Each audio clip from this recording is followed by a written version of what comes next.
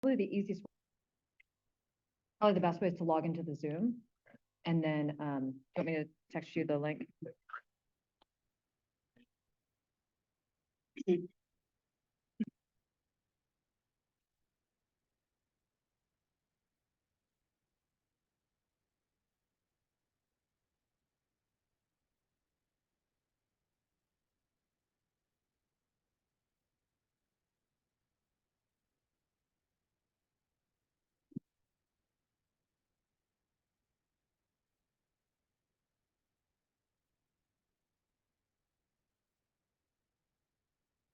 Oh, you want an email? Oh. I can email. No bigs. Okay, it is 6:30 on Tuesday, November 14th. I'd like to call this meeting of the Woodstock Village Board of Trustees to order. The first item on our, actually, before we get started, for those of you who haven't been here before, or just as a reminder, two things. We use something called, when we're talking about things that we're voting on, we use something called Rosensberg's order. This is how we do it. There are copies over there if you want to follow along. And the agenda is also available on the website. There is over there are QR codes. So if you want to look at the agenda and follow along there, so you know when we're doing things, welcome to use the QR code or just log on to Town of Woodstock and then look under the trustees. We do have a very full agenda this evening, so I'm going to try to keep things short. Make sure we have plenty of time for discussion and public comments, of course. But I would like to try to keep this under 3 hours. So that's why we'll be using some timing tonight. So the first item on the agenda this evening is the Finance Committee interview with Renee Herbert. Renee, are you on? This is John. She told me that she was going to make it. Could I just ask that you do the Planning Commission first and maybe she'll show up? Yeah, so if she shows up, we can tag her back in. I unfortunately can't stay for much of the meeting, so I just wanted to hear. But anyway, if you can switch the order, that would be at least give her another couple minutes. Okay. Next item on the agenda, and it's also possible that this person's not here because we might have gotten our dates switched up, is a Planning Commission interview with Anthea LaValle. Is she here tonight? Your meeting, right? Yeah, she said she'd be on the next meeting. She's going to be on the next meeting. Okay.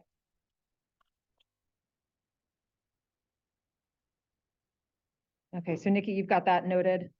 And if Renee doesn't show up, Nikki, can you email her, please? Yeah, and I'll watch to see if she shows up online. Okay, thank you. Okay, the next item on the agenda is citizen comments. And for this, I'm going to do my best to keep it to 5 minutes just because of what we need to get through. Are there any citizen comments?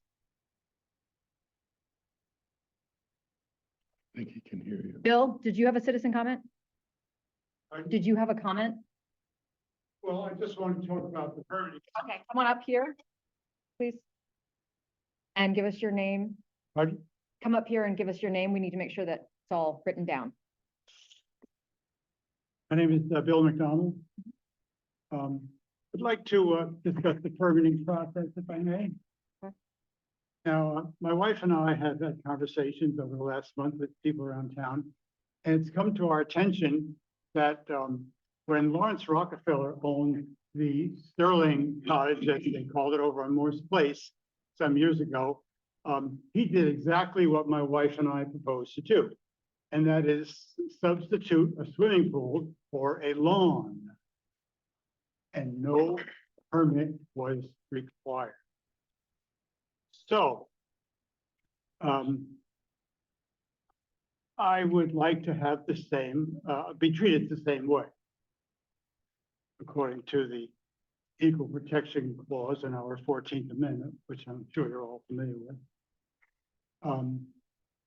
Is that an unreasonable request? Or do I have to What is your, so your request is that the zoning law be changed? Well, my request is that I be able to put a lawn in without a permit. Okay, well, we have to abide by the current zoning laws, but we're always happy to have discussions about whether we should update those laws. Yeah. So under the current law, that those are the fees and that is the structure. So we have to abide by the current laws. But we How are do we always- change them then?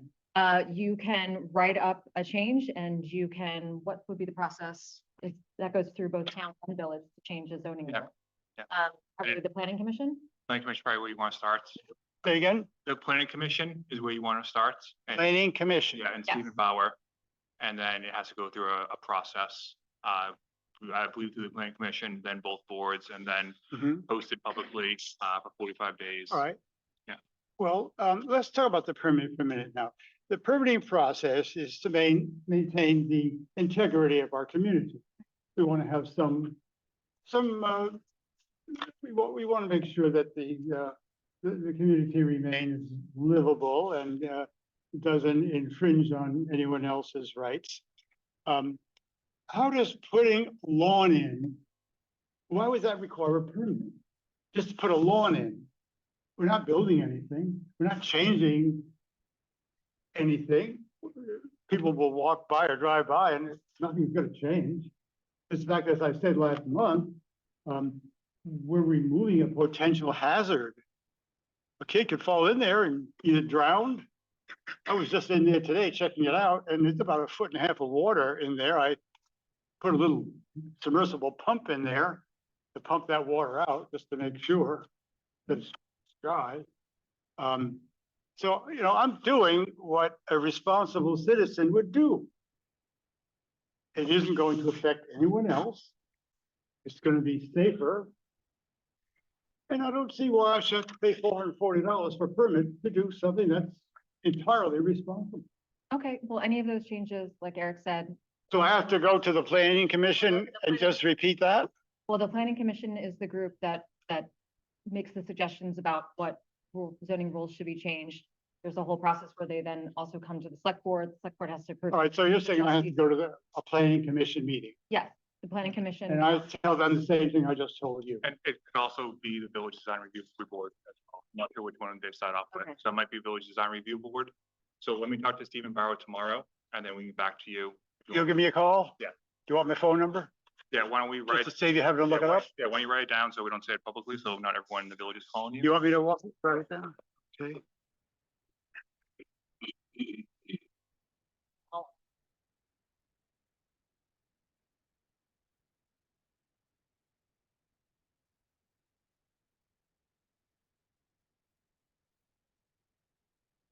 Okay, well, thank you for hearing me out.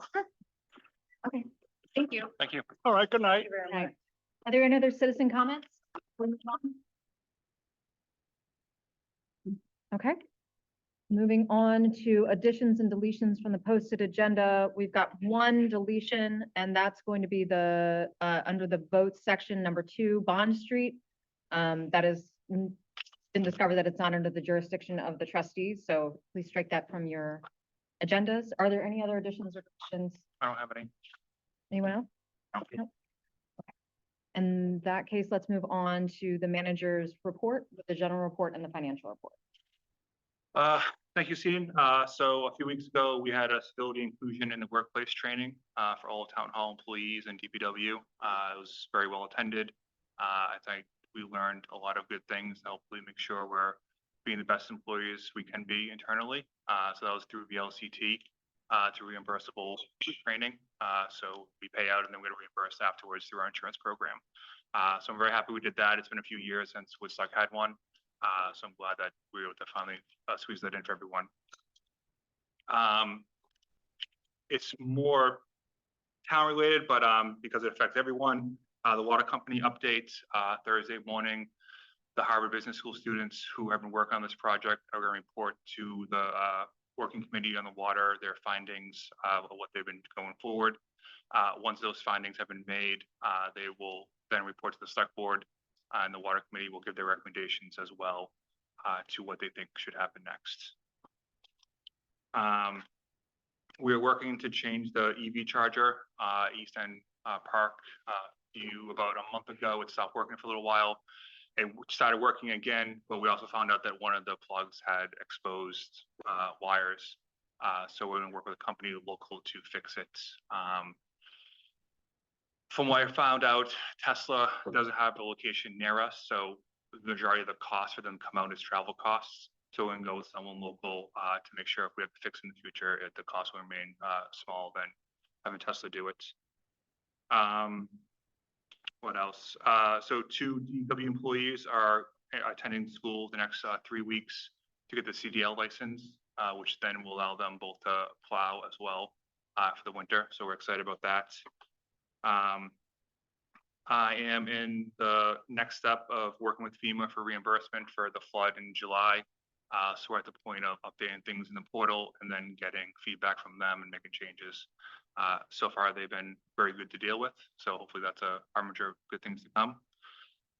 Finally, the very first part of the FY25 budget was sent to the boards last week.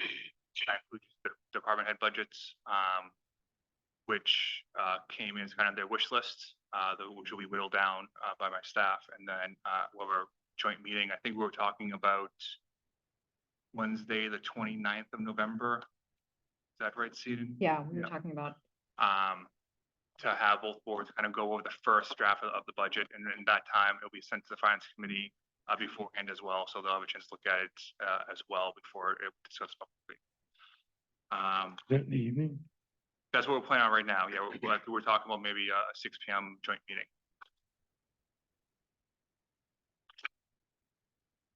and just to add into that, we talked about that before, once that budget is ready from Eric, he'll send out to both boards, and then he'll give us a deadline by which to send him questions, so that if it's anything he needs to have prepared ahead of time, he can answer some of our questions. And then anything that needs to be discussed, make notes about it so that we can, that way we can go into our next meeting with questions answered and ready to figure out what we're going to discuss. Are there any questions in the general comment or? Financial report, I apologize for not having it in the packets with the holiday on Friday. We kind of just lost a day, unfortunately, but it was emailed to you. I will highlight that most of the police revenue is up to date, besides the parking meter revenue line, which is the 24062,000. Everything else should be up to date. And also the move violations may not be up to date as well, but everything else is up to date. I think you'll see we're doing quite well on the bottom one. I'm trying to find now. I gave Jeffrey my sheet, so Oh, there. thank you. Same paper. So credit card payments, you're looking at 32,000. So that's half of the budget amount. It's already in. Sorry, Eric, which line are you on? Credit card permanent parking, And line number? 4069. You got. So we're already halfway through there. If you include the transfer of funds from the town, we're pretty positioned for the. Yeah, but one of the things that bothers me about the parking meter income is, okay, so with these figures, we're about 1/3 of the budgeted number. If you put the two together, the parking meters plus the credit cards, comes out to about 1/3. And this is 1/3 of the way through our fiscal year. However, it's the busiest part of our fiscal year. Yeah. And so it doesn't line up, to my mind, with the reports that we're getting every single month that the parking meter revenue is higher than the previous year. Yep. So still mystified a little there. Yeah, and I was supposed to look Because- into this last time, and I didn't. I apologize. I want to look into if the budget amounts increased significantly from last year or not, and that might be, if that's the case, that could be a reason why we're higher than we were last year, but budgeted we made that higher as well, so that could be an issue. Yeah, I don't remember us doing that, but yeah, let's ascertain that, Yeah, I will. because it's they're not lining up, given that was the busiest time of the year for parking meter income. I agree. Any other questions? When is the town police service income come into the village? You can do it at any point. It's just a transfer from one fund to the other. So it's just it's a time. So when is it going to be done? That can be done tomorrow. Okay. It won't be done tomorrow. Rob is very busy, but it can be done. It's just one journal entry. Okay, all right. All the zeros represent stuff that NIMRIC's not caught up on. We talked about that briefly. So is that? I'm just looking at like Do you have an example? Well, there are a whole bunch of grants, like the 5002. You were getting assistance, 502. Lots of zeros. So a lot of entries that are not in yet because we're still catching up from when we had a shortage of staff. So 50, what kind of was it? Yeah, any one of these that's got a string of 0% next to them. No numbers running. Do I have an old copy? Have you updated something since that was sent out? No, but if you want to give me account number, I can. Yeah, let's not waste time digging too deep. I just want to know if this is up to date. It's up to date as of Thursday. Okay. And so some of the grants come in, it's a timing issue. Yeah, that's okay.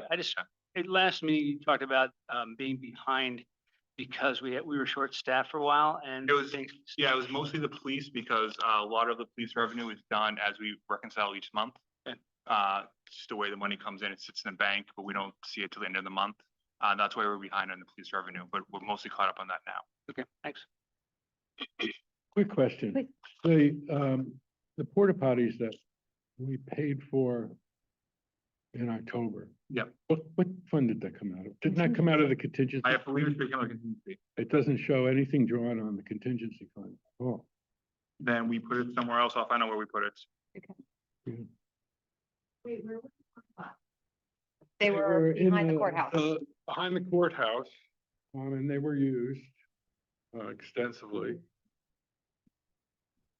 So we're going to talk about that for Wausau weekend also. Yeah. Any other questions or comments from the trustee about the? So you just get back to me on that, Eric. Yeah. I couldn't find it anywhere. Okay, do you have anything else, Eric? I do not. In that case, perfect then. Let's move on to the police chief's report.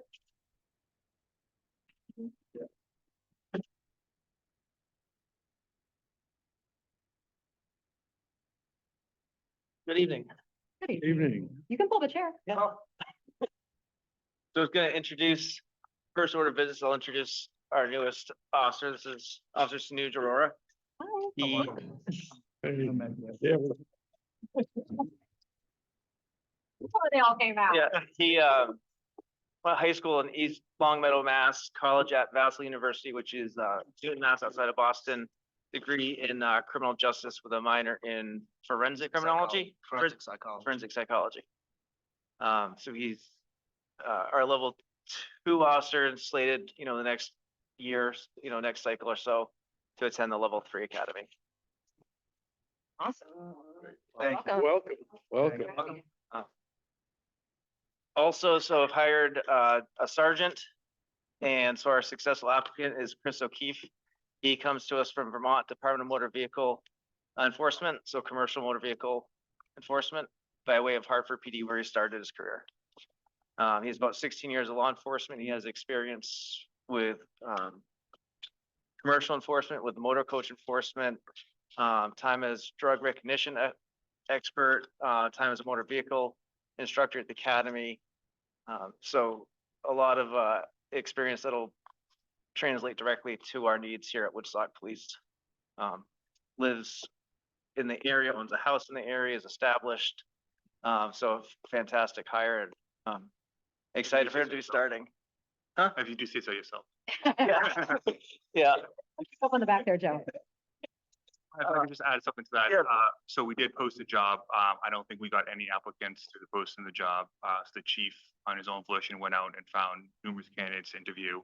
And this was the best selection of those all. So it was really based on the chief going out, using his connections, talking to people, finding people that we ended up with candidate we're very happy with. Nice job. Good job. So he'll start the Monday after Thanksgiving. Great.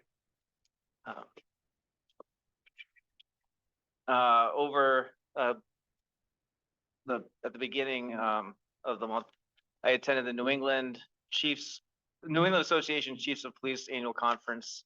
It was held in Falmouth, Mass this year. So we had training and leadership and some on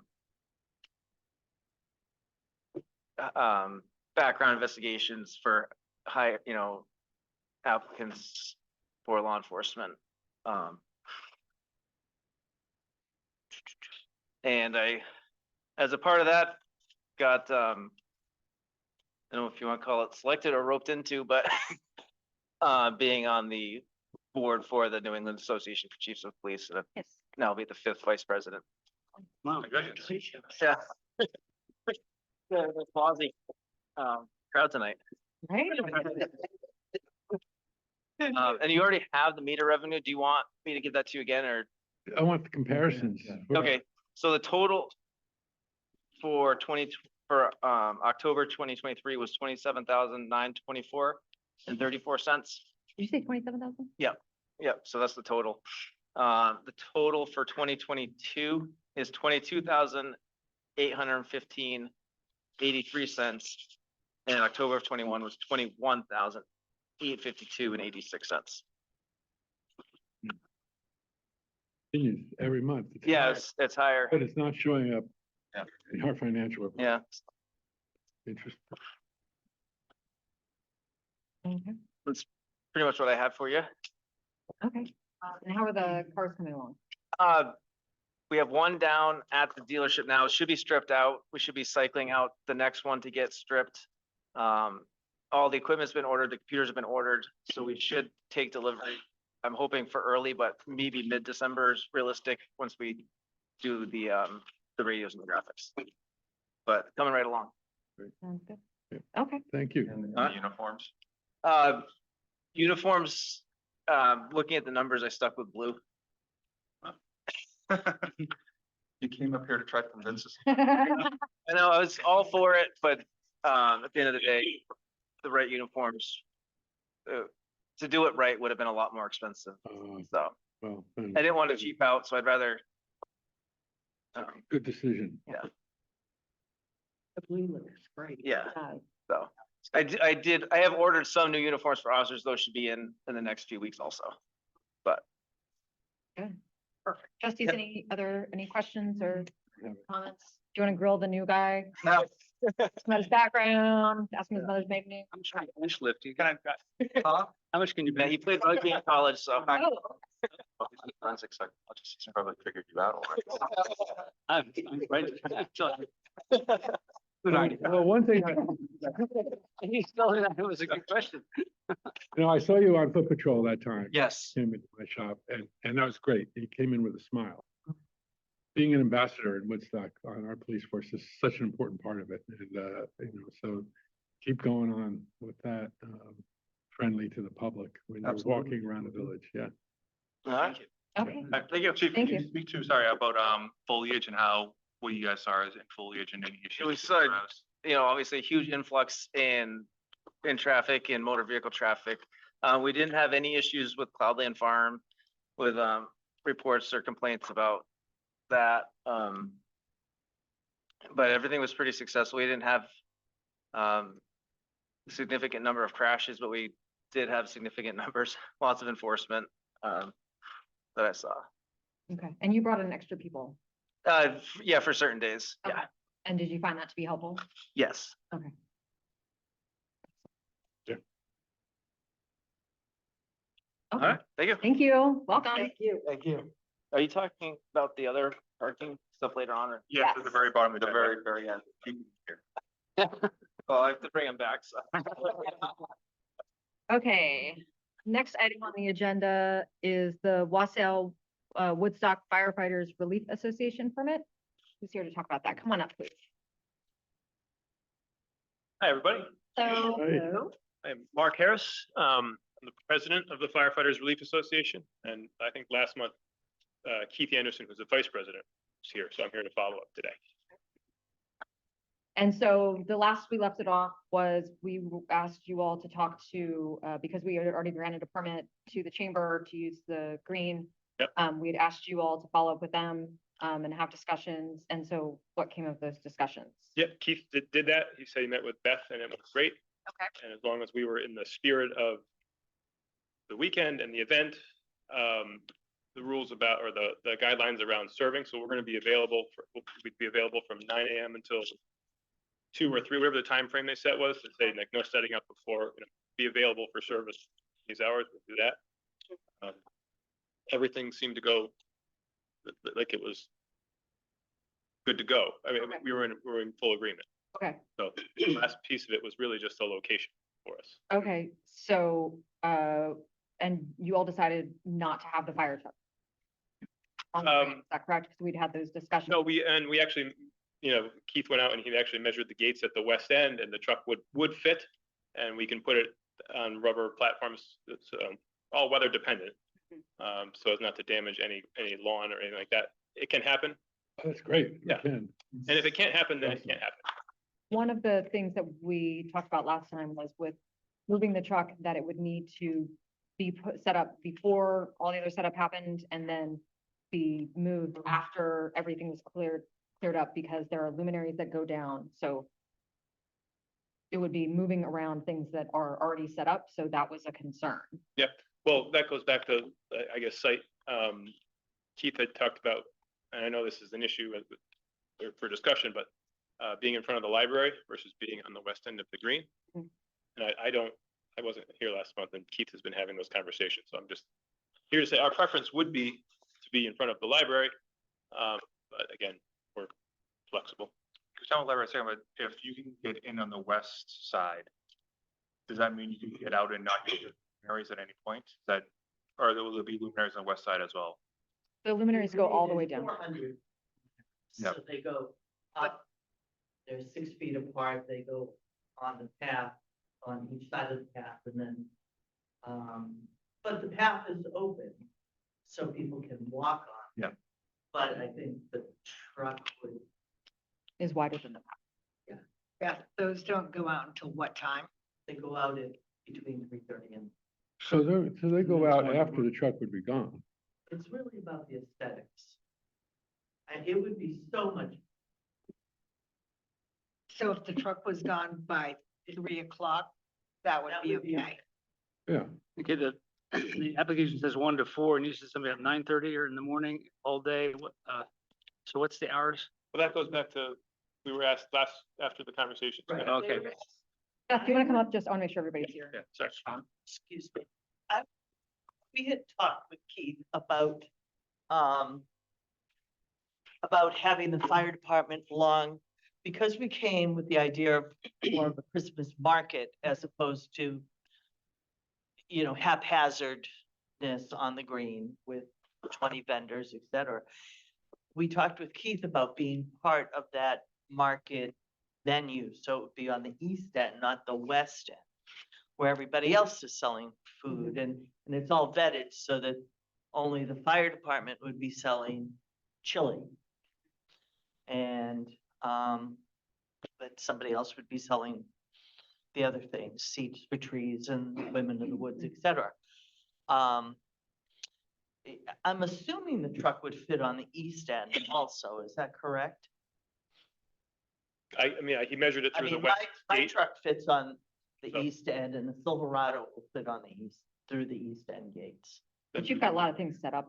But my question, I guess, and I'm posing it publicly, which is not a good thing to do, but, We're all friendly. could the truck come in the east end and could our announcer be on the truck to announce the parade? Ooh, Ooh, fancy.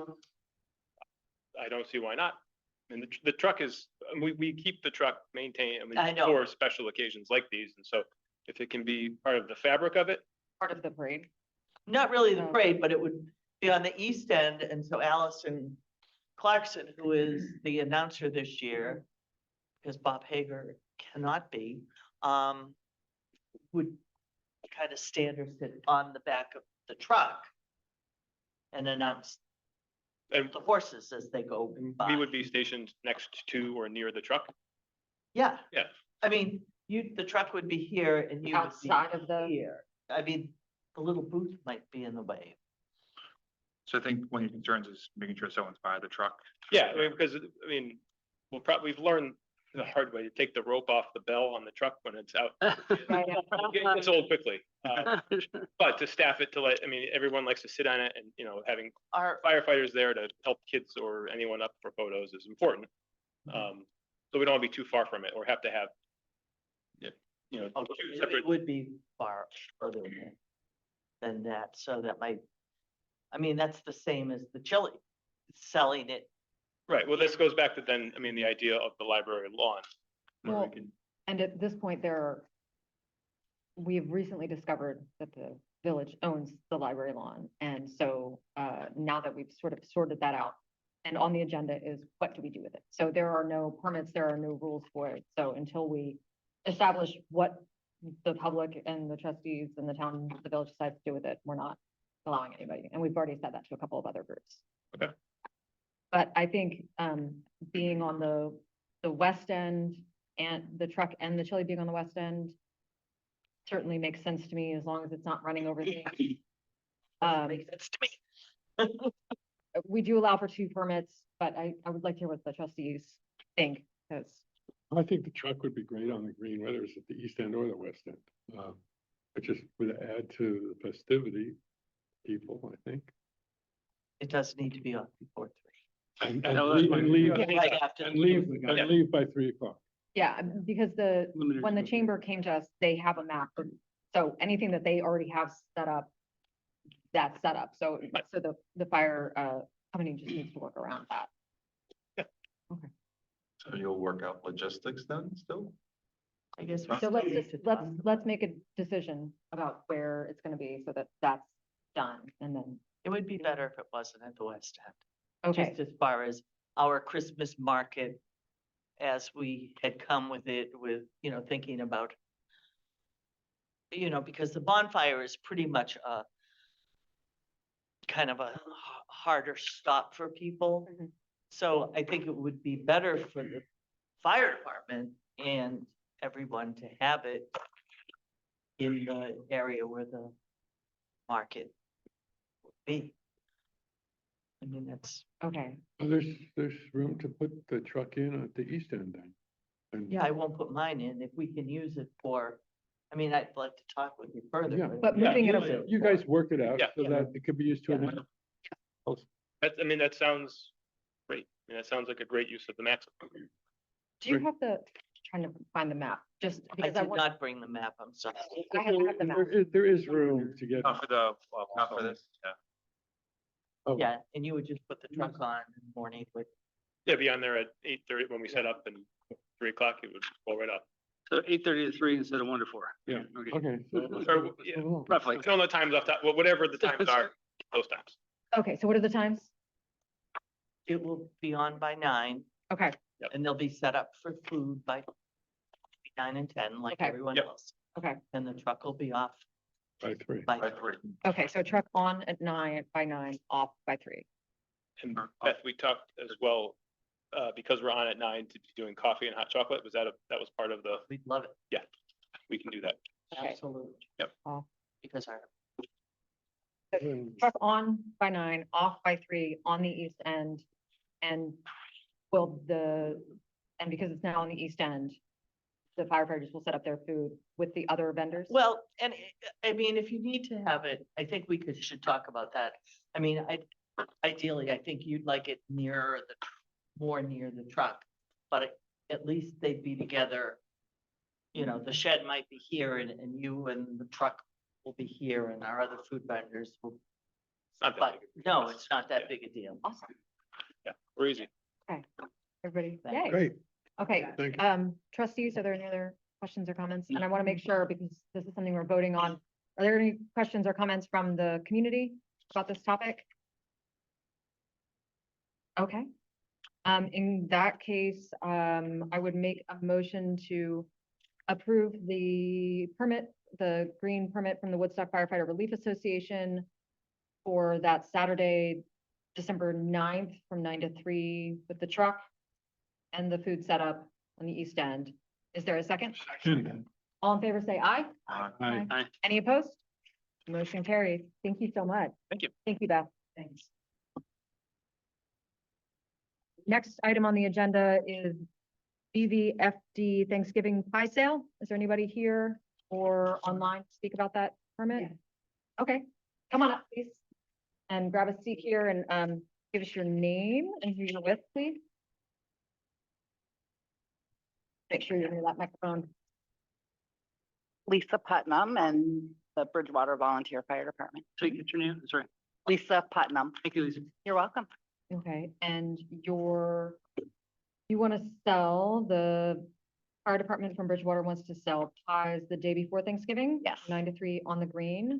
And it looks like we got your check and we've got your certificate of insurance, right?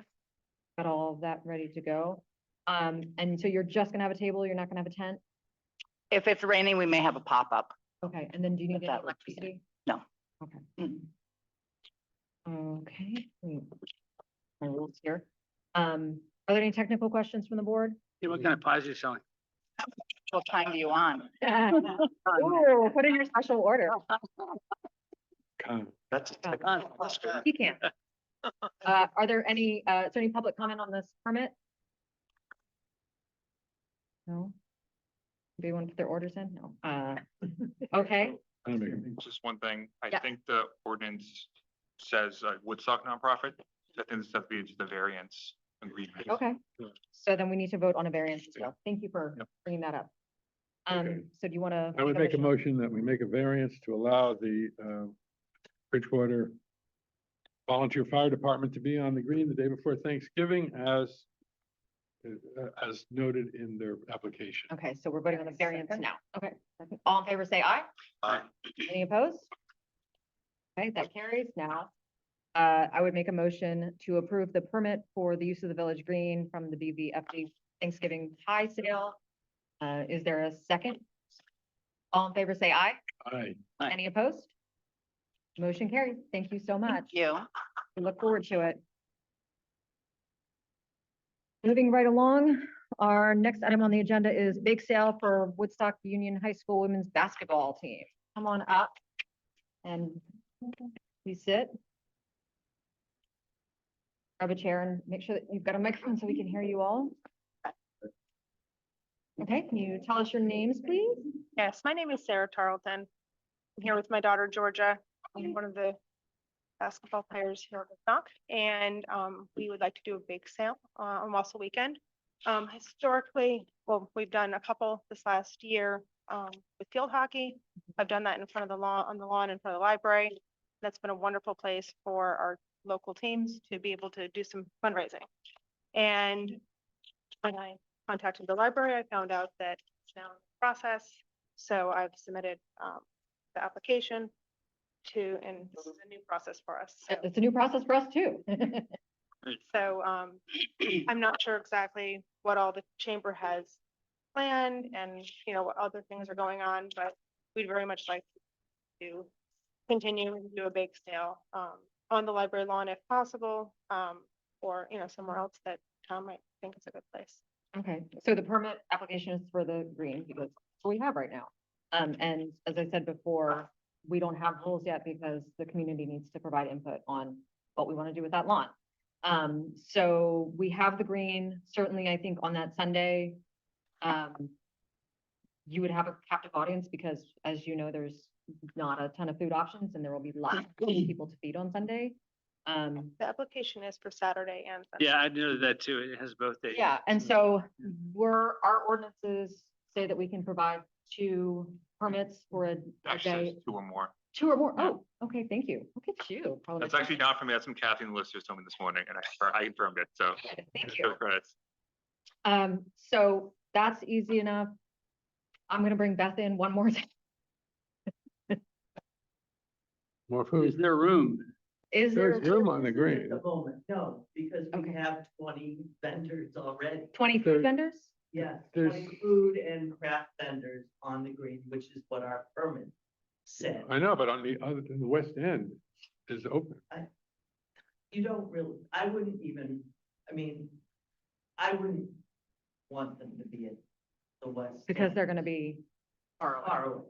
Well, I mean, my question is would Sunday be a possibility? Well, I- their application is for both Saturday and Sunday. It would be better for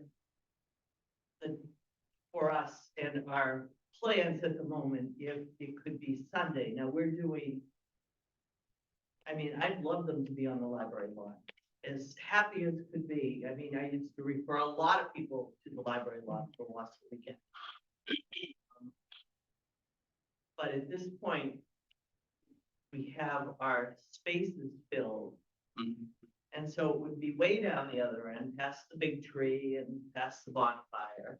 On the other side of the bonfire. So to be getting more action on Sundays, what you're saying. Well, they Also, apply free wagon rides on Sunday, Nice. from 9 until 2. There are a lot of people looking for things to do. I know it's not ideal, it's not the big crowds,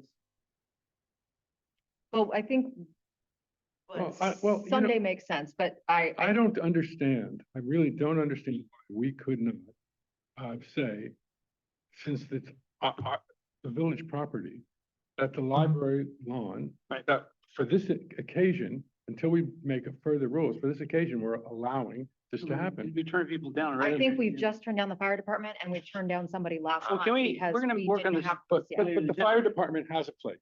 Yeah, well, then Figure we it can, out. then if we want, because this year we are going through changes and changes are always a little messy. I think we can, and I know the aesthetics and Beth, I know how much work you put into this, but this year I think we just say, there are changes. We haven't decided on what to do with the gore, which is what it's called in front of the library. Horrible. Okay. Can we, It's just the west end of the green. It's, but it's, But if they want to, why would that be a yeah, I don't, kind of like in front of the, right? And, Yeah, no, it's further down. but I Let's mean, wait for the truth on that. Yeah. you can just- no, it's within the green. no. Here and talk. Okay, and let's, Yep. if you want to come up, let's have you come up. Sorry, and I want to just make sure that we're organized. About the gore thing, get that fixed up today. and So- Be on the gore. Okay, Sorry, we're having. okay, well, let's keep it to what we have right now. So I think if there is space, if there is physically space on the green on that Saturday, I think this year is just a different year. And that's, I think we pull together and say, it's a little different this year and that's okay. And we still want to be able to have our process with community input about what to do with that land in front of the gore, which is on the agenda for later tonight. Are we gonna be able So to my- settle hold on. that tonight? I'm sorry, if we Well, settle that. wait, I'm almost done. I promise. So my recommendation would be approve it for Saturday and Sunday on the green. We can figure out the space. Beth has a map. We can figure out where else people go. I think it's just, we can make this work. We're a community, we can do this. Do you, I think we can make it work by letting them be on the library lawn and on Sunday be on the green. There's It's no- difficult because we haven't have a process for what's gonna be at the gore yet. that's right. Well- And we turned down, what, 3 people that wanted to do that? And how can we make an exception for a 4th person just because they? Can we get some, can we get, ask public input, whether Well, people want to we're gonna be use it? talking about the gore later. Well, on my the point is, agenda. can we- That is not the topic. Maybe we can revisit Okay, but this after the it's- discussion if we it's- come to a It's conclusion. germane to this, though. But we have space. Let me hear what you all have to say. I agree with you, Seton, that until we come up with the rules and regulations for that, we need to stick firm to what we've already agreed to. And I think that we need to figure out how to make this work for this year, for them to be on the green, both Saturday and Sunday. Yeah, no, I agree with you. And also to Bill's point, we've already turned down Right. 3 other parties. So, I don't think it would be. Right. As well. Okay, and so now I'll take some public comment, and if you want to come up, please come up and make sure that you use the microphone. Would you guys mind just sitting down quickly? Okay, so we're not talking to each other and people. Thank you. Thanks, girls. Okay, so I'm gonna keep this to, because we do have a packed agenda, 5 minutes of public comment. So please come up, and if someone's already said what you want to say, don't say it because it's been said, but please come on up. Who has public? Wendy, your hand up. Beth, did you want to come up? You're welcome That's to. his word. Beth, come up. Wendy? Okay, Wendy. I'm looking at my clock. It's very quick. Yes. Wendy Marinan, Okay, and is it about this topic? Yes. About this permit? Yes. Okay. Point of clarification, Yeah. in the people you've turned down. Yeah. Has anyone else wanted to also be on the green in this process? With those people, we have moved them over to the green and we've told them they can either apply for the green, Some chose to, some chose not to. So yes, we It's have, just, we wouldn't be moving past other no's. That's all I'm saying about the green. So I Yeah. will say there are people who decide not to pursue it because they didn't want to pay for the certificate of insurance. Yeah. So beyond the green, you have to pay, to have insurance. Some groups, when they heard they had to pay $125 for insurance, they decide not to pursue a permit on the green. And I just want, because we vetted the 20 people that we've had, including Lucy McKenzie Humane Society and High Horses who put on the parade, they're doing bake sales. So we already have at okay, least 2 other vendors who have already secured their space there. Okay. It just, I would like to talk further, and this is not the appropriate time, so I'm just gonna throw it out and be done, that we talk about how many permits you can give on the green in any given day. Okay. We've talked about that, but this could get really messy with market on the green, et cetera. yeah. And you're right. And I think these are all things that merit further discussion.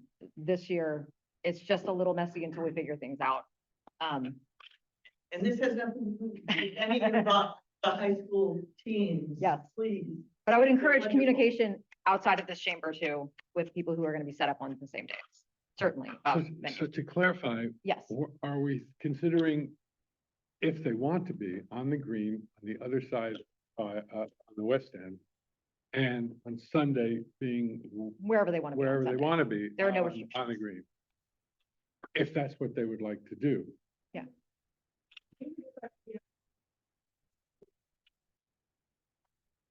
Okay. Sounds good. Yeah, then let's do that. then. Come on up.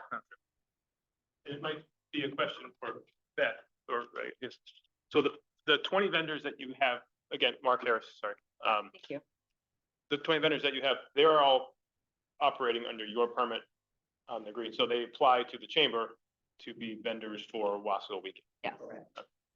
Anybody else who wanted to do something like us, for example, the fire department, would be applying for a public permit separate from. Yes. Separate COI, separate everything. Okay. That was really my question, it was just understanding how the 20 vendors, Yeah. Yeah. And in this last January, February, this was planned for a year. gotcha. That was all, thanks. I'll just make one recommendation. Yes. If it's the board decision to vote for 2 days on the green, I would recommend that you also make a decision, maybe not to allow any more permits Okay. for Wausau from now until after Wausau, because you don't want 20 more organizations come up and asking now that we've let someone else on there. So I think maybe tonight's a cutoff for permits on Wausau. with our recommendation. Good idea. Okay. What do you all think about that? That's a good idea. Okay, is there any other discussion or questions, trustees? Okay, in that case, I'd like to make a motion to approve the permit for use of the village green on December 9th and 10th by the Woodstock women's basketball team. Is there a second? All in favor, say aye. Aye. Any opposed? Motion carries. And then the second motion I'd like to make is that we will not be accepting or considering any more applications for the village green for December 9th. Is there a second? Second, All in favor, say aye. right. Any opposed? Are you abstaining, Brenda? She said Oh, aye. you said yes. Okay, sorry. Look at me. Okay. Okay, great. Thank you so much. Appreciate it. Okay, next item on the agenda. Next item on the agenda is the agenda process. One of the things that we asked Eric to do before he even started working here, and then certainly in his reviews, is we know that something that, and structure is something that Woodstock, the municipalities, the boards, could use more of. And so in his effort to do that, he came up with a agenda process to help us all be a little bit more organized and on time with things. And so there is in your packets. 17. And can you bring that up? Do you have that you can bring up? so that everybody else can see it.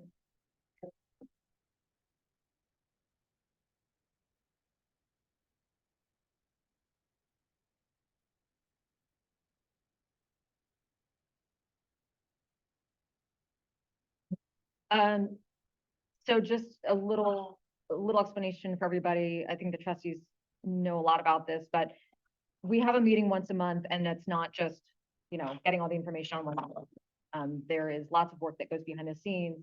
Much of that work is done by Nikki Norris, who is awesome. And she keeps us on task, but there aren't specific dates, and deadlines for things. And so that means a lot of times things get added late or they don't get added at all.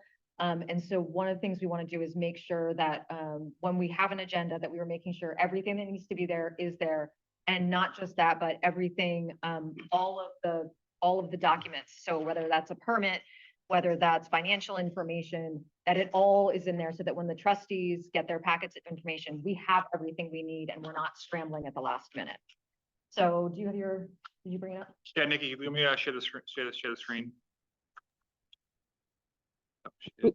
You should be able to, but I Yep, can. yep, that's my fault. Must be doing.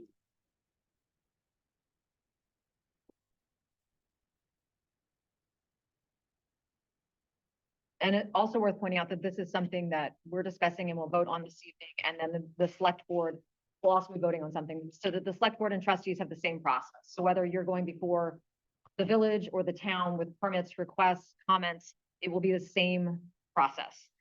It's just that our meeting is 1 week before their meeting, so you shift the dates. So that's why you don't see dates on here, you see days before meetings. So I'm not going to bore you by reading through everything, but this is just saying, we will start the process about 2 weeks ahead of time.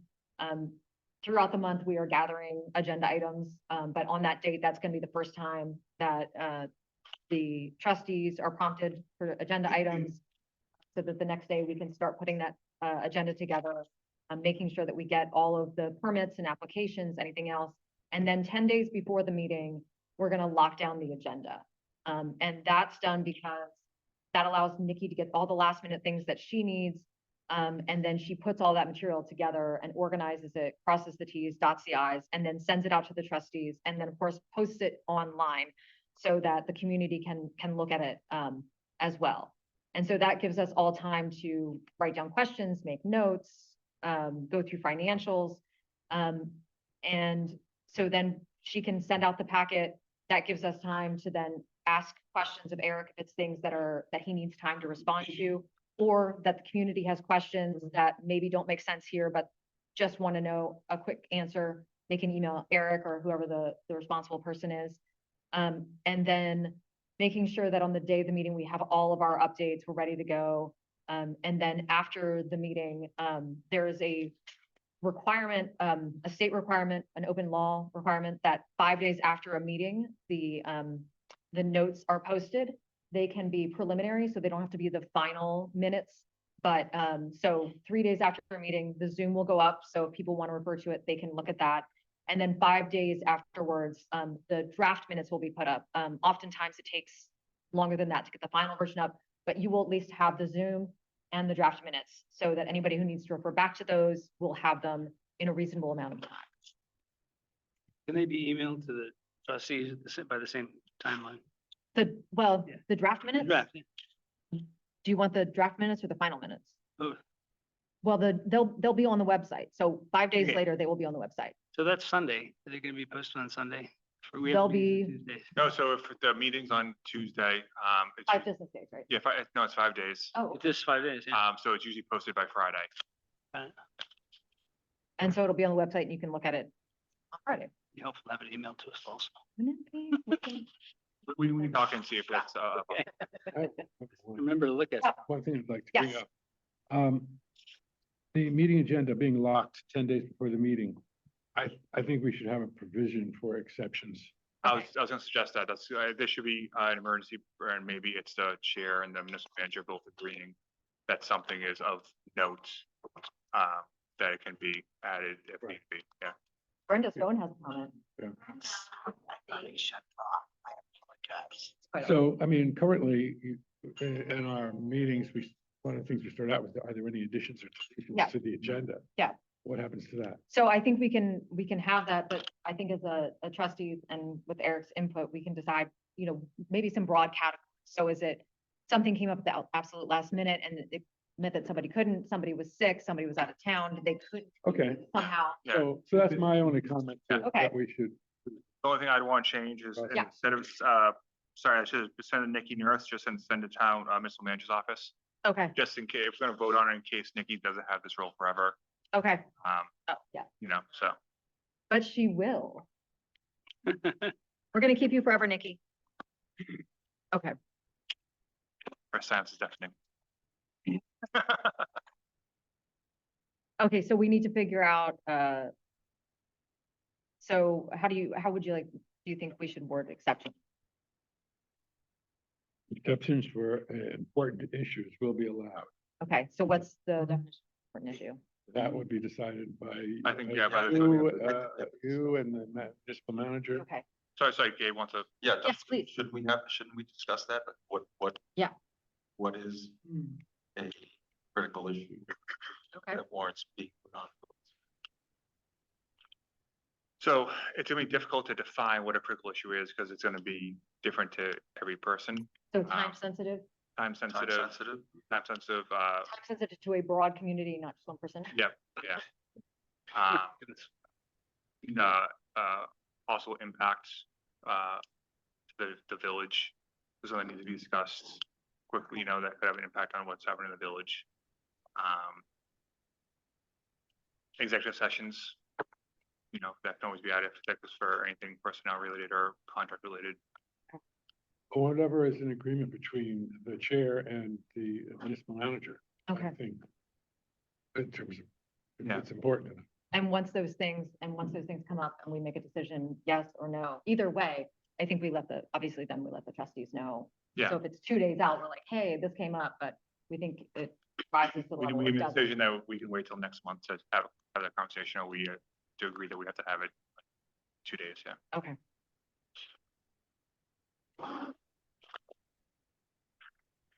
Trustees, any other? Okay, community, is there any comment on this process? The one thing that is, I'm sorry, Wendy, did you have something? Okay, come on up, please. And give us your name. One more time. Wendy Meriden, and village resident, and my question is about the draft minutes to the final minutes, and then there's the thing called the approved minutes when you vote on them. So I believe the only thing that has a date on it is you have to have minutes up within 5 days. So we have to abide by open meeting laws, and that's the 5 days. So that's the only thing in the has to be in the policy. So according to state law, we have to have 5, so within 5 days, there have to be at least draft minutes up. So my follow-up question to the approved minutes is, I'm not sure what the current practice is, might be out of date, but online for a resident, it was always the draft minutes remained. And the approved minutes went in hard copy to the office. So my question is, for consideration is, can the approved minutes show up online for someone who's reviewing minutes of a resident? That's my I mean, I question. think You don't have to answer it. Yeah. Yeah. Something Yeah. to consider. Yeah, we can do that, yeah, absolutely. Okay. And minutes don't become official until board votes Wendy- on them Right. later. Oh, go ahead, Nikki. Wendy, I just want to say, I just have started doing that practice. As they get signed, I am starting to put the signed ones online. Great minds think alike. Nikki, you're a rock star. I try. Okay. That was great. Thank you. Okay. And Jill, did you have a question? I have a suggestion. So one of the things we haven't been very good at in the past is letting interviewees know the result of the interview. And if we're going to post the Zoom recording 3 days after the meeting, perhaps we can make sure that just before that, we also let any applicants know the results of their interview to complete that circle as well. And this seems like a good place to put that idea. Do you want to put that in within 3 days or 5 days? 3 days. Let applicants know. Yeah, I think we're doing a pretty good job of it lately, but Okay, yeah, that's fine. trustees, does that make sense to put that in? So within 3 days, Zoom and applicants notified, and that can be any sort of applicant. Okay, Thank you. thank you. Any other questions or comments on this process? Good. Okay, and one other piece that is not on here is that we will also be in the process of providing this information, and I think we should schedule a date as to when we want to implement this process, because to just do it for next month is, I think, a little too fast. Do we want to say we'll start this in February or March, I think, so we can communicate out and then not be hardline about it I think until? we probably, I think the day after our village meeting would be Okay. the perfect day to start, that way with the new board and go from there. Okay, so between now and then, we'll be doing education and promotion on this so that people know when information needs to be in, and we're not penalizing anybody before then. We will be flexible for the next. I think we talked about that first meeting at the village meeting, kind of having a reset. a reset and going over how the board will operate in the next year, and this would be a great opportunity for that as well.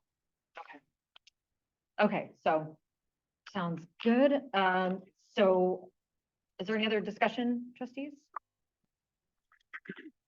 Okay, in that case, I would make a motion to approve this timeline for Woodstock Village Trustees agenda with the addition of telling applicants about results of votes 3 days after. And we'll start implementing this in. And the exceptions.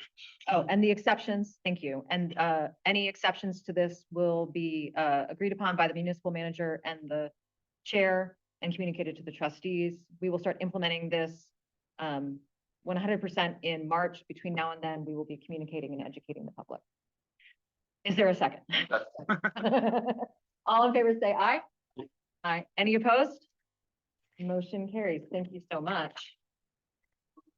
Okay, next item is, now we are into the discussions. So you'll notice that this format is a little bit different this month. And so we have things that are discussions because we don't anticipate necessarily votes. I will say the only thing that there might possibly be a vote on is the Wasdale prep, in case anything comes up there. But the rest of these things will be discussions, certainly public comment, but these are first conversations of a series of conversations for a lot of these topics. So let's start off with Ben Ford is going to give us a short 10-minute presentation on the high school, just as sort of an informational thing. And any questions that you have for him, specifics, I'll ask that you check in with him offline. But this is just a very brief overview for all of us. Can I ask a few questions? You're doing great on time. Okay, good. So I've got. Well, thank you to all of you for having us. Remind, come up to the table. Yeah, Yeah. sure. I'll just get this quickly. Yeah, so I'm, hope people can see the slides okay. I got a bunch of slides. I'm not gonna drain them. I'm gonna kind of move through these pretty quickly. But I think if you live anywhere near Woodstock, you probably heard that we, the school board, sorry, let me introduce myself first. I'm Ben Ford, school board rep from Woodstock. Obligatory pictures of my kids and one of the neighbor's kids. Si's a first grader, Vivi's a third grader, carving pumpkins. What I want to talk about, I think the thing that people really care most about on the school project, replacing the middle school and high school for Woodstock, is the funding aspect.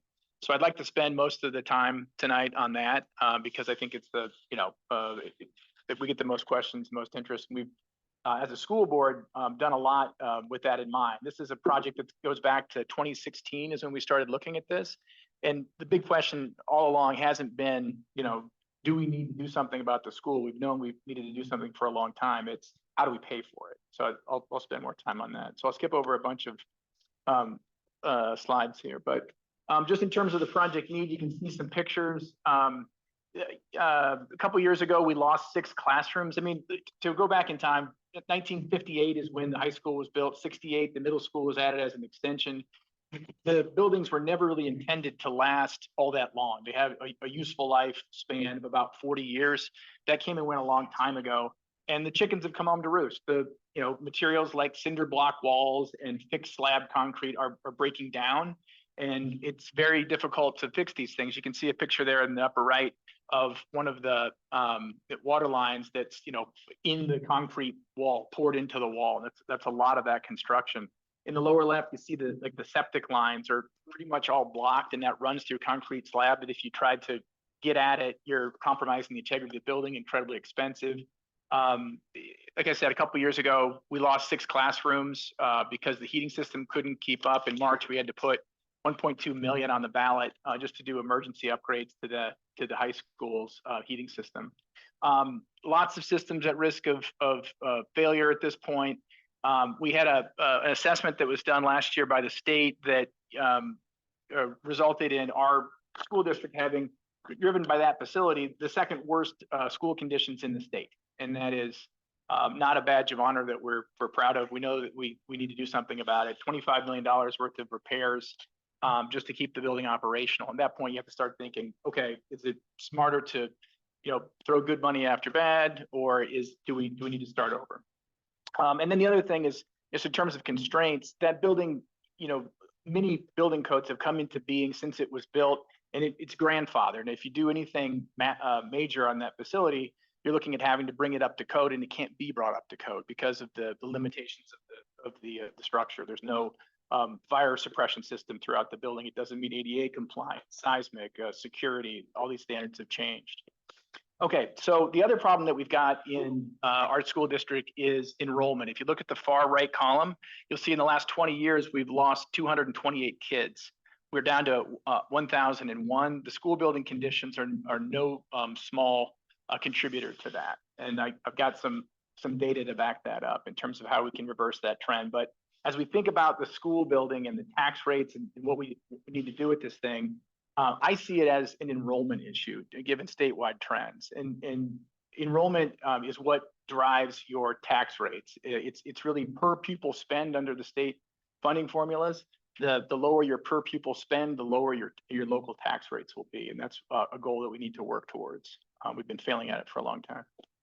Okay, so this is a timeline, just a couple highlights here because we need to keep this quick. Like I said, this goes back to 2016. We started looking at the problem. About $350,000 worth of private funding up until this year. The entire architectural studies, everything's been done with private fundraising. LaValle Brenzinger is the firm that we brought in. We hired them because they build efficient, practical school buildings. I'll give you some pictures here in a minute of some of the other projects that they've done.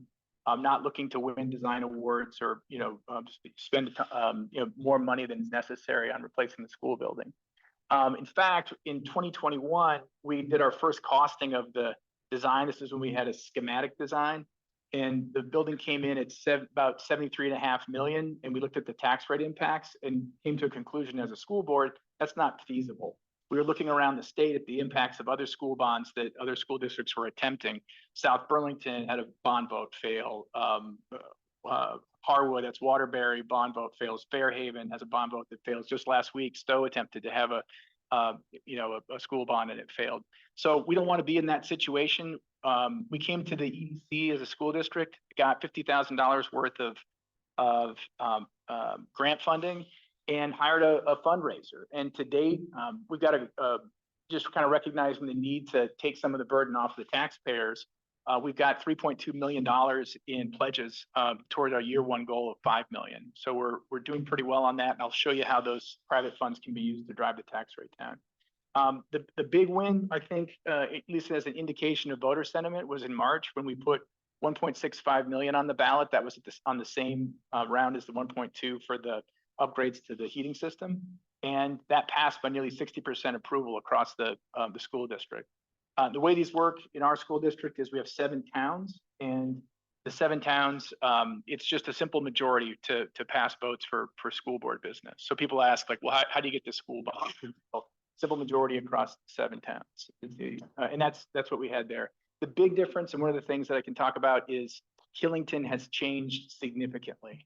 There were a few years ago, a member of our school district was voting down the school budget just because, they didn't like Act 60. They didn't like, being stuck, whatever they didn't like. But there are a lot of young families in Killington. Killington is doing, some pretty significant things with their TIF district, a lot of big plans that have the potential to drive some big changes in our school district. Okay, so I'll skip through a bunch of this. These are just some pictures of some other schools that La Valley Brensinger has done. Our planned school building is very similar to Morse High School, around 164,000 square feet. That's a little bigger than our current building. That's as a result of the way that, you know, school spaces, learning and teaching, it takes more space now to teach in a modern way. And also we're looking to drive enrollment, to restore that enrollment back to what it was 20 years ago or higher. Okay, this is a gold statement that we came out of with our architects. I think we can skip that. These are some options that we've considered. We looked at doing renovation, right? That wasn't feasible. It didn't drive much of our goals. First option from a renovation is trying to expand on that building. That was actually more expensive and didn't meet as many of our goals. And then this replacement option is where the board landed some years ago, and it, you know, comes close to a perfect score when you can kind of start fresh.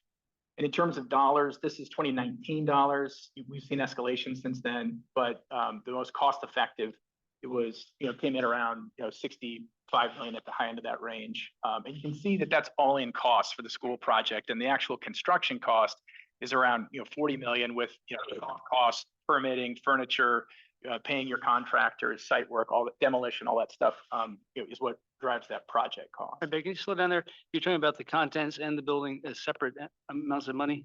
Yeah, it gets you to a total there in the right column of, in 2019, it was 66. And you kind of brace yourself when you throw these huge numbers around, right? School buildings are by their nature not cheap to do. But I can show you in a minute, on a square foot basis, this building design, we're expecting, kind of bracing ourselves for the costing that's going to come in here in a couple of weeks in December. And we're bracing ourselves for 80 to 85 million. Just it's been a couple of years since we've you know, had the costing done. But at that, we're coming in at like right in the middle of the range for school buildings in the region, and significantly cheaper than Massachusetts. But anyway, so this is the layout. The idea is you can see that school building is planned where the current football field is. One of the benefits of the approach that we're taking as a school board is we can build the building in, you know, the timeline is 1.5 years, 2 years, and then the kids can stay in the existing school, which is, you know, where the field on that plot, that diagram is where the current school building is now. Kids can stay in that building and then just move over when it's done, and then we demo the old building and build the football field. Some pictures of the new building as designed. This is the front. You can see it's got these kind of barn spaces, solar on the roof. In terms of the power systems, it's 100% electrical building. One of the big goals and things that we've gotten from you know, community feedback is the sustainability, environmental, birth of the conservation movement, right, is very important to our community. So we're going 100% geothermal. The geothermal wells will be underneath the parking lot. We had those geo bores tested about a month ago, and the soil is very conducive. We won't have to dig as many wells as we thought. That'll help with the project cost. This is the back of the building. You can see it's, you know, taking advantage of the site, south facing, looking at the river at the back. All the classroom spaces will have a view of the river. This is the interior of the building. This is all online for those who are interested in some of these details, but as you can see, some of the community use, this large atrium as you come in, safe, day lit. You can lock down the rest of the educational spaces from a security standpoint. A nice big theater. I think that's a piece that a lot of people are excited about. Can be used not just for school programming, but for community events as well. And then a big double gym.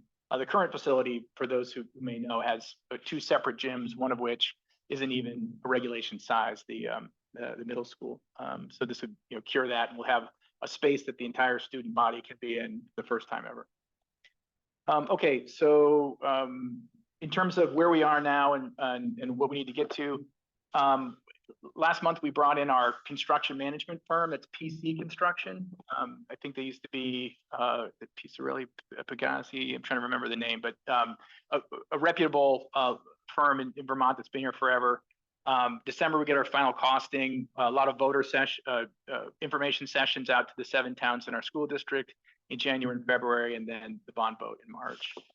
Hopefully shortly thereafter, breaking ground on a new school, and then, you know, construction in Vermont ever goes as quickly as planned. So we don't know if we'll be able to open in the fall or the winter of that 2026 school year. So the funding piece, I said I'd take a little bit more time on. 518 square foot is where we're coming in. You can see we looked at the current buildings that are scheduled to be built in Massachusetts. School buildings are coming in at 730 a square foot across Maine and New Hampshire. The average price is around 520. So we're very competitive in that range at an $85 million price point. In terms of how we pay for this, there'll be a construction bond. One of the things that people need to keep in mind is, because I think there's a lot of misinformation about this, is that only homestead taxpayers will be affected by the bond for the new school building. That means that second homeowners and business properties tax rates are not impacted. Those get set at statewide rates. They don't change based on how much money the local school district spends. At that still though, that's a big impact potentially on the local taxpayers, and we'll talk about some of the things we can do to bring that down. Private fundraising, like I said, 3.2 million raised to date, and state support. This is really the cavalry coming in. By law, the state of Vermont has to fund school projects at 30% if they're approved. They haven't done that since 2007. Doesn't have a school construction aid program that's active. There's talk, in Montpelier right now, report's supposed to be issued in January. That could be great timing for our bond vote if they announce they're bringing back this program, but we'll have to see. We're not planning on it. We're not waiting for it. We can't. So I won't drain. Sorry. Do you have rough numbers on how much is going to go into those three pieces? Yeah, If we're going to get 85 million, it's got to be. Yeah, so the idea is you take out the entire amount for the bond, but then you subsidize the bond payments with private fundraising. And I can actually, let me do this right now. So it is, yeah, sure. I know you're going quick. So I'll just show you this model. This is the piece I said I'd talk about with the financing. The yellow line, it doesn't exist. That's the one that the kind of the head in the sand, do nothing. If you could not have to spend more money than we do now on school facilities. The red line is what it would cost to fix everything that has been identified as wrong with the building over a 10-year time span, and then replace it with something that's about half as expensive as the planned new building, but with 10 years of inflation, right? So it kind of puts you on that same line. And then that blue line is the impact of the tax rate of building a new building, far too high, right? So what we need to look at is how do we bring that number down, right? So I'll just change a few things here. One is you stretch the bond repayment term, right? That's a significant one. Brings it down. The second one is your private fundraising. If we can hit our goal, and then do 500K a year. That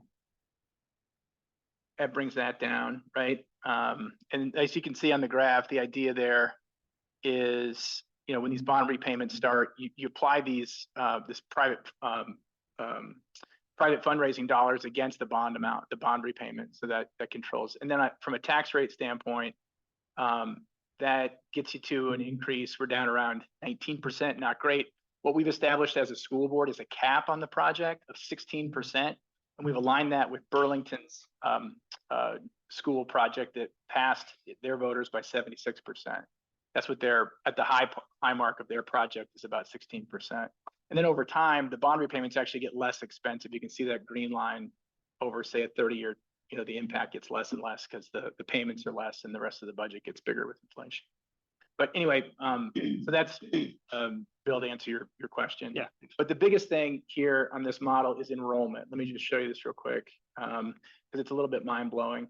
If you go back to that where I was showing how we've lost 200 kids over the last 20 years, if we keep doing that, and this is kind of the there's trouble in River City part of the presentation, we just keep on the path that we're on, we keep losing 10 kids a year, and we have the problems that we know we have. That's what happens to the tax rate, because your school gets less and less efficient and you got more and more problems to fix.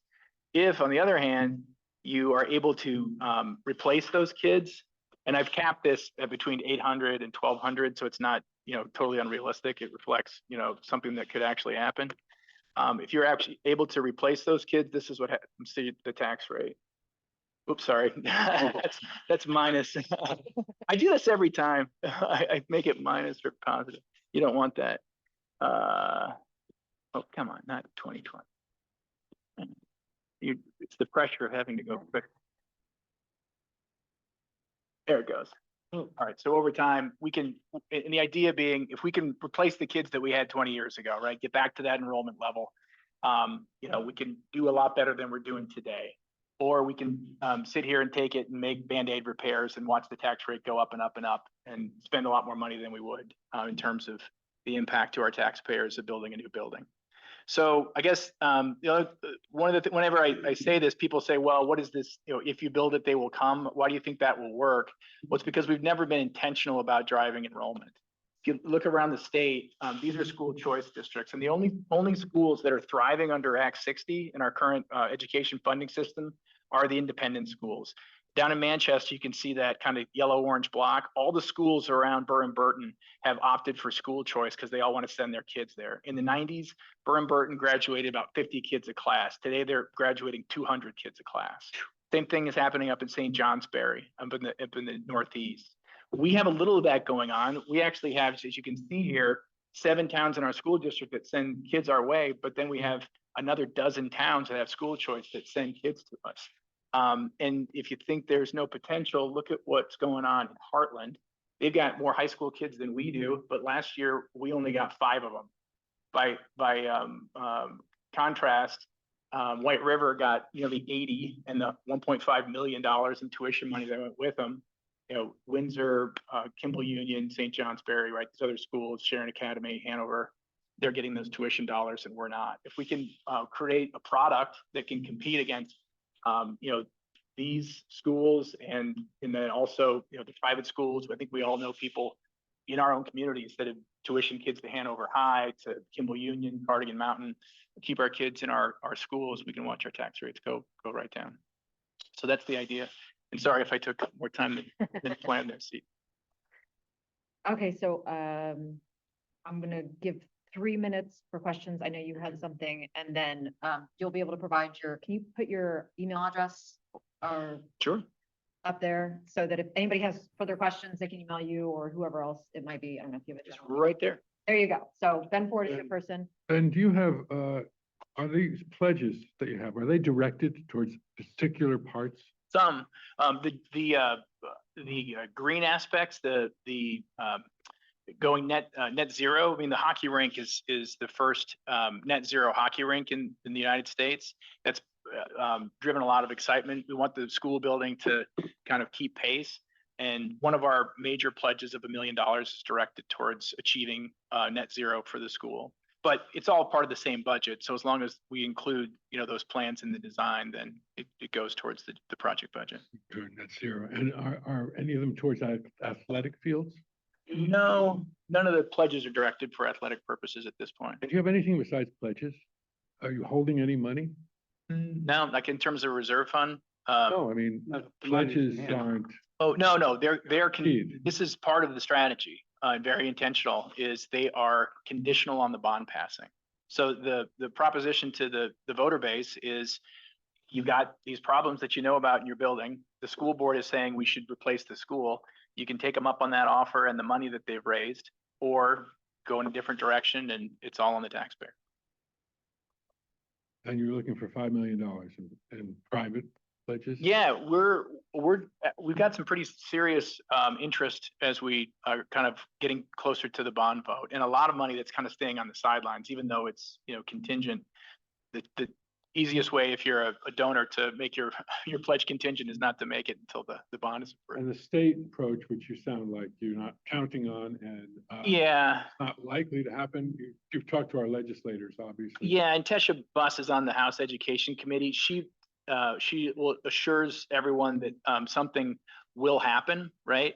But when that will happen, what the timing is, will it save us, from spending lots of money? I'll show you kind of the impact. I'll take this enrollment out of here, just what the impact would look like if we got the state actually followed the law.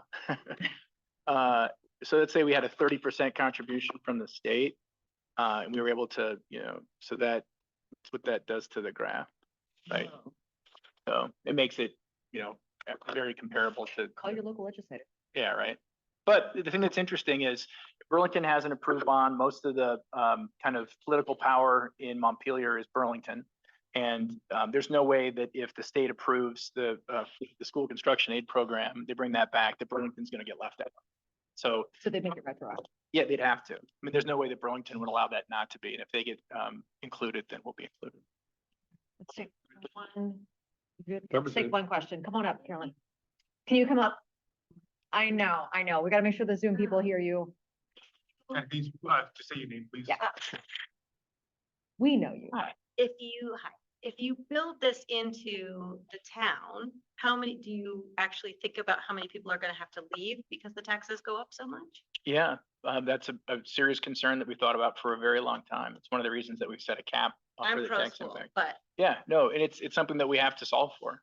But at the same time, on the other end, we have to think about, you know, how many people have left or would not choose our town because the school conditions are what they are. if they're raising the taxes, you're saying 16 to 19%, that's gonna kick a lot of people out of the town. Yeah, which is, but it's better Especially than the because 30 Real that, estate is high right now, and so Yeah. people are thinking, oh, we can get out of here at a high rate. it's true. You know, it's an option, you know. It's a lot happening at once besides the school. It's what people are, I'm hearing is the concern about the tax rate. Yeah. It's not just the school. And It's what, the sewer plant, it's the aqueduct company, it's the town, it's this building. And I think that's where it's helpful to look at that red line. Like our taxes are going up for the school no matter what. They are going up no matter what, because if we have to renovate and No, I fix things. realize that. yeah, and I guess, Jeff, Yeah, That's just where the concerns you are. know, and Jeffrey, what I say to that is that the school project is the only one of those projects in terms of an investment that has the potential to drive the tax rate down. Everything else is pure cost. Mhm. If we can free up tax capacity by increasing enrollment in our schools, then you can, you know, a lot more room for, you know, tax capacity to do those other projects. Thank Okay, you. I'm gonna cut it off there, just Sure. move on to other things. Thank you, Ben. Thank you. Let people know that your meetings are public. How often do you meet? Oh, yeah. Sure, yeah, school board meetings are monthly. They are public. They are typically held, you know, at the administration building on the Woodstock High School campus. And yeah, once a month, first Monday of the month typically. So that's us. Thank you. Yeah, sure thing. Okay, so let's move on. The next item on our agenda is discussing foliage. It's obviously over, but we are trying to be more proactive for next year. So we wanted to have a little bit of time just to say what went well, what didn't go well, and just sort of leave it at that, you know, a couple of suggestions, but so that we can write these things down and over, you know, between now and next September, if there's things that we can do better, let's do that. If things need to change, let's discuss that. So I'd like to start just with the community, give people 5 minutes if you'd like to come up and say something you think went well, didn't go well, things that you think would be helpful in the future that the town and village can manage for foliage. Anybody have, I know we all have opinions about foliage, y'all. Yeah, please come up.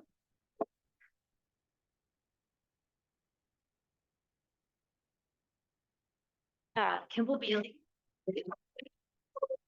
I thought foliage was awesome. I felt like everybody in town was happy. I felt like everything was great, and I felt like it was a great place to be, and I felt lucky to live here. And I love walking across the bridge and seeing people take pictures of my bridge, and I love offering to take pictures and telling them to send me Christmas cards. I'll say I think tourism is awesome, and it makes our town thrive, and it makes me appreciate living here. And I think we're lucky to be in such a happy place. And I think that there are people that are spinning this to be a bad place to be, but we're lucky to live here. And we have amazing stores, and we have amazing restaurants, and we have amazing businesses because people come and visit. And we should be appreciative that we have the inn, and that we have Dartmouth, and we have fun things that are planned on the green. And we should be thankful that everybody wants to be here, and we should feel lucky in this world of people not being happy. And we should maybe put some more porta potties And we should talk about where coffee's served on different days. But I think we should rejoice that we live in such a great place. And I think we should stop complaining about the 3 weeks that maybe we should ask people not to go to the bathroom on people's lawns. But I think that was probably one bad person who was probably drinking too much, you know, and it got spun out of control. I don't think the huge ugly sign was a great add value to our beautiful atmosphere that we offer, saying Cloudland is closed. I know that I live on River Street and people speed on River Street, but I'm not closing my town. I just tell them to slow down with a nice wave and say, slow down. You know, I think that we need to get along and appreciate who we are and what we are, and we're a tourist town, and be happy that people hold hands while they walk through our town drinking our coffee. And that's what I say. Thank you.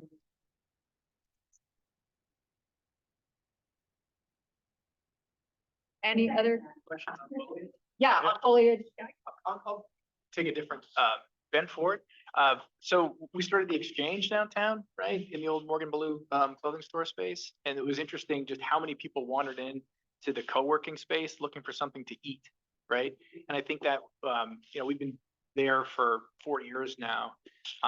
It's the state of kind of restaurants in Woodstock is something that could be improved even on a temporary basis. And one of the things that the Exchange is trying to lean into is kind of the pop-up store. And I don't know if there's a way that you can work with landlords to take advantage on a temporary basis of empty storefronts. But I think there are people who would be interested in making a lot of money, similar to like the people who are interested in fundraising on a pop-up basis. And if there'd be a way to, you know, work out some of those arrangements for the town to kind of organize some of that or facilitate it. Pop-up food? Yeah, potentially, yeah. But you have to have, you know, caterers, you know, what have you. Okay. But food and refreshments, that kind of thing, or high demand. Okay, thank you. Any other, yeah, come on up. And tell us your name, young lady. Sorry. Finlayson. And I agree with Kimball. We saw 21,930 people at the Welcome Center in October.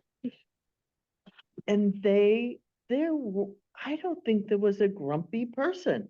They were just fabulous. And most people, not all people, but many people ask, how do you get to live here?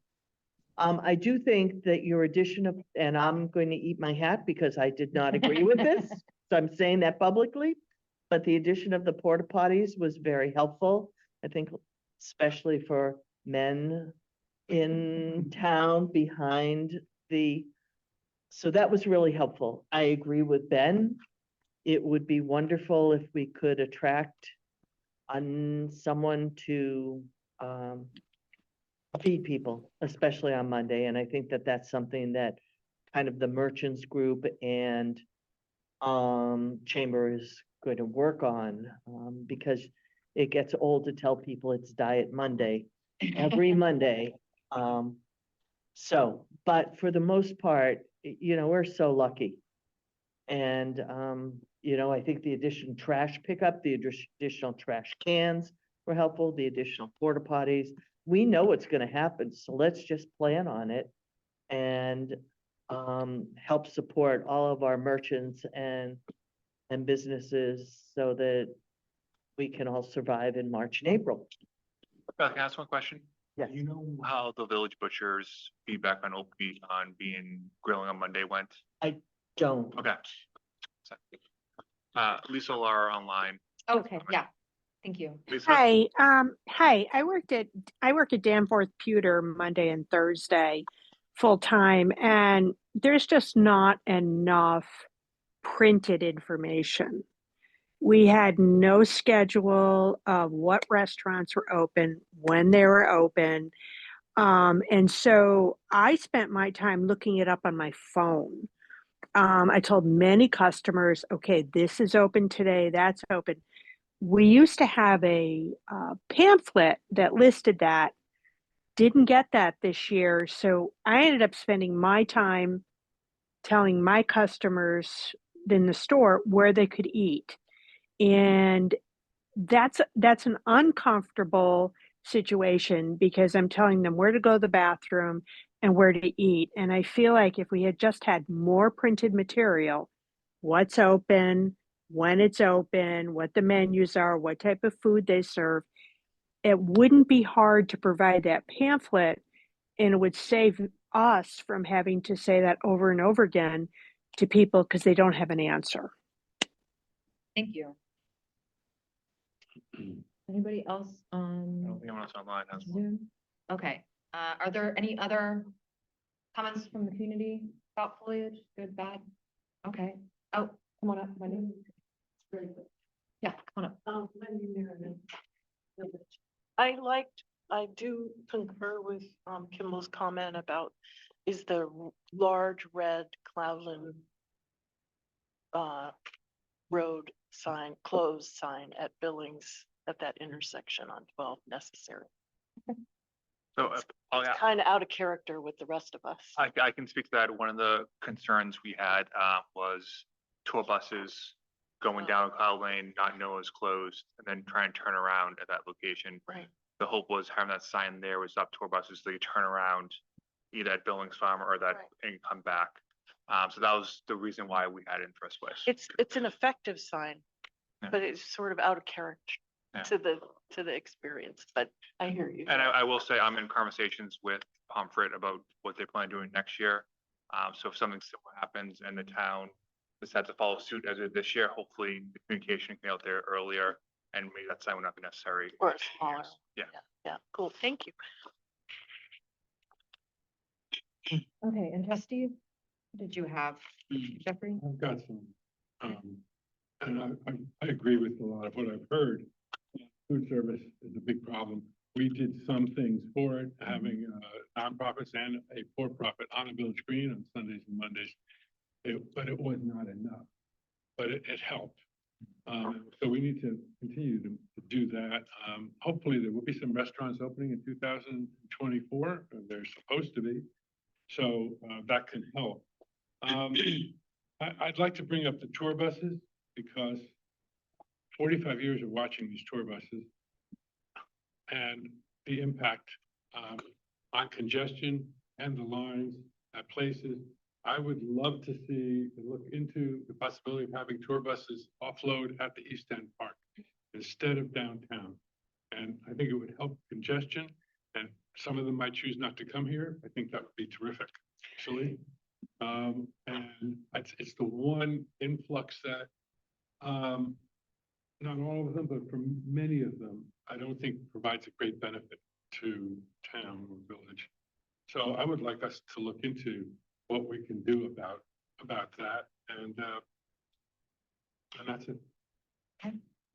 I have 2 comments. So the first one is, understand, it was it, Lisa? Lisa, who's on. I agree we should have more information, but I don't think it should be printed and QR code or whatever it is. I mean, if we're in Vermont, let's be sustainable. Let's not create more paper. We should start here ourselves, but,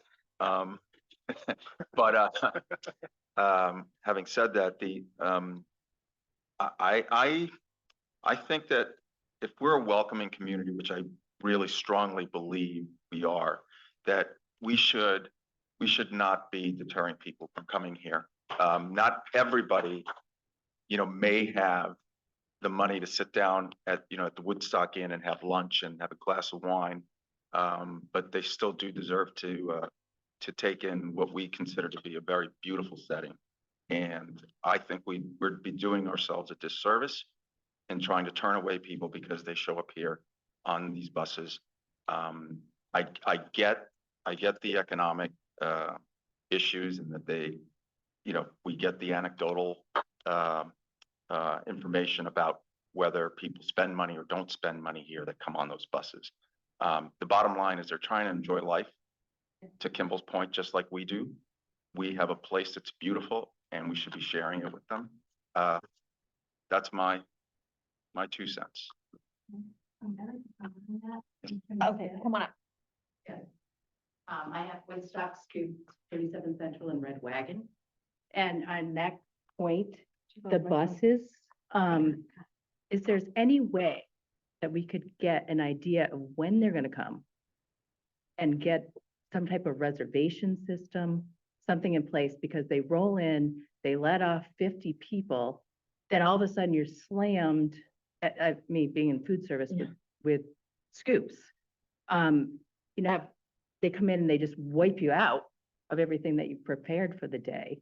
And then you get another busload that's coming in. And so I think this is the challenges that we face as in the food service industry part of it. I'm speaking of Woodstock Scoops. If we could get an idea and get these tour directors, because I really think that tour directors are doing a disservice to their tours by not letting us know that they're coming. Or when they're. So, or right, when they're coming, how many people they're gonna bring, what time of day they're gonna be there. So if we could know they're gonna be there at 8 o'clock in the morning, then everybody could have their coffee on, right? But then you get, you know, if we could get some type of reservation system, I know Beth said something about that before, that they used to give us some idea. Do we have the list? I We think don't that have a would list be, Of the tour companies. but I also, again, they're just doing their bus tour of disservice by not letting us know they're coming. And then we run in. If there's anyone who's dissatisfied with the comments I hear, it's people who are on the buses. Right.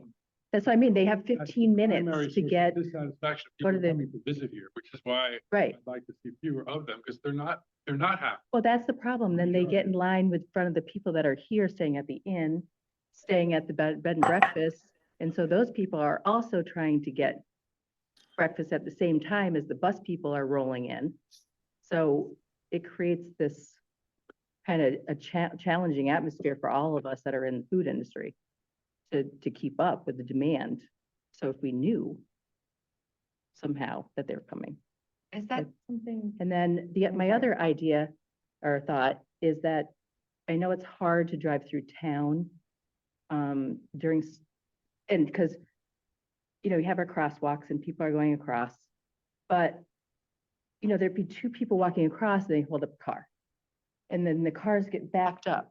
Is there any way during those peak times we could have almost somebody, an officer or somebody there to direct traffic, hold up people, say, okay, wait, and then we're gonna let the cars go. And then once there are a few people there, then let's cross. You mean in front of Max? Yeah, in front of Max, if you try and take a left. No, I'm kidding. No, but that's a tough one. I don't know how you deal with that one, but I think that even if we have crossing guards, something like that in the school, you know, like you're gonna wait and then until the reasonable, you get 10, 15 people to go across. Just during those peak times, again, like those 3 weeks in October. In front of Max. Not in the middle of the village, though. No, in the middle of the village, Chief, that very question. like right in front of the bank, just down by the, I mean, I think that it would just clear up a lot of the, and also frustration amongst village residents and locals. Yeah, We've got Joe. Joe, did you want to speak to that? I can. If speak a he little bit. could, you know, So one of organize, the issues we have with officers is just staffing. I understand, You yeah. know, but I think an alternative could be looking at, can we hire a seasonal person to do the crosswalks during foliage? Or what about the meter people? I mean, they might be available to do it. Yep, I mean, They're potentially, patrolling anyway. yeah, I They're mean, there. it's not their job description of what they're hired to do. Right, So but- if we could train them and they're interested in doing that, that could be an option as well. It would alleviate a lot of pressure amongst local residents and the tourists and we keep also- the traffic flowing, because I think that's a big problem with locals. Oh, yeah. The end. So, and let's just keep, you know,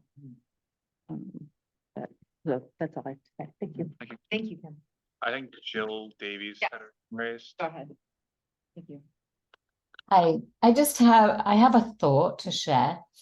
So we spend a lot of our meetings talking about taxes and how we residents are paying large taxes and how are we going to pay for the school and the water company and all the rest of it. Well, it seems to me that the tourists are coming here to see this lovely town that residents pay to keep up.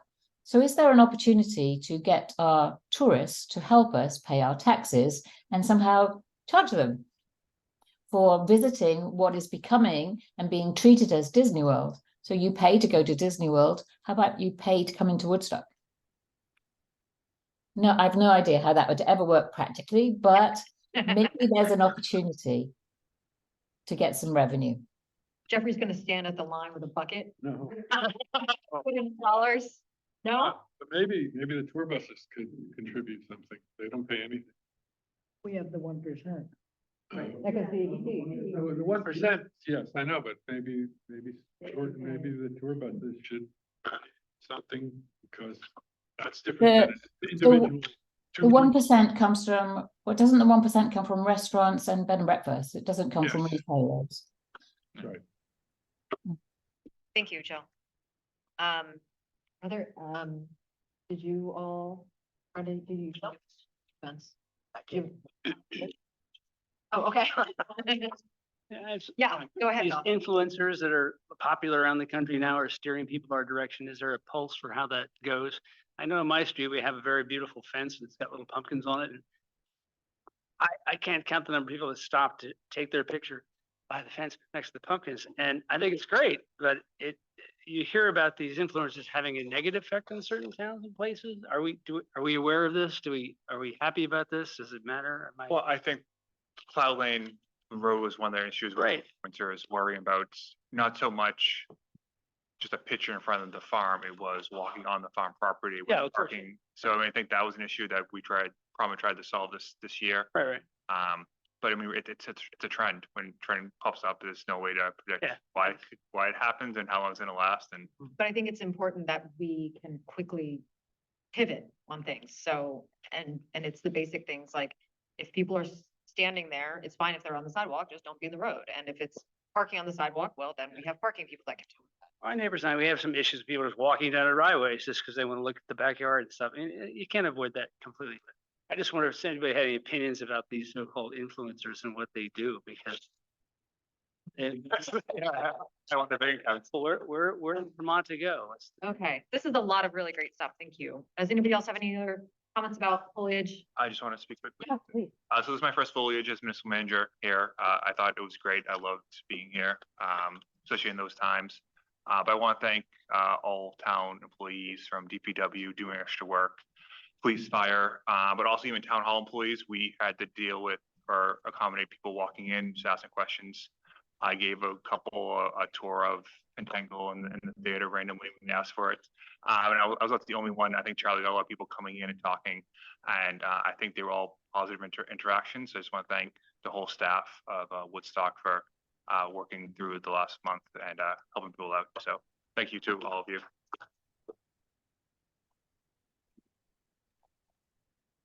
Okay. Oh, Lisa, did you have something? Or just your hand is raised? Hold on.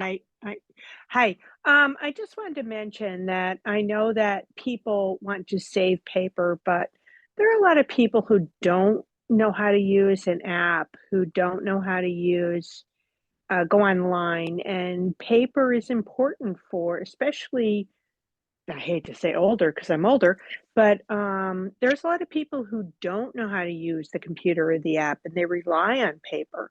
So I don't want people to miss that in all of this, is that, not only do we have apps and other things, but we also have people who rely on paper. And I don't want them to be forgotten in this work that we're doing towards, helping it be easier during foliage. Thank you, Lisa. Okay. You're and with welcome. that, and thank you everybody for your input. This is really helpful. The next item on our agenda is, now that we've talked about foliage, let's talk about wassail. Turn the lights back on. Oh, yeah. But it's so subtle. Yeah, that's good. Can't see you right. Thank you, Mark.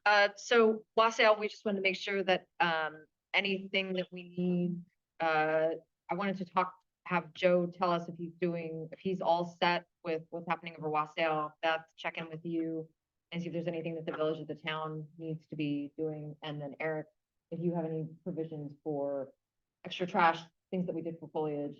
So do you want to start off and just say any plans that you have for accommodating our visitors?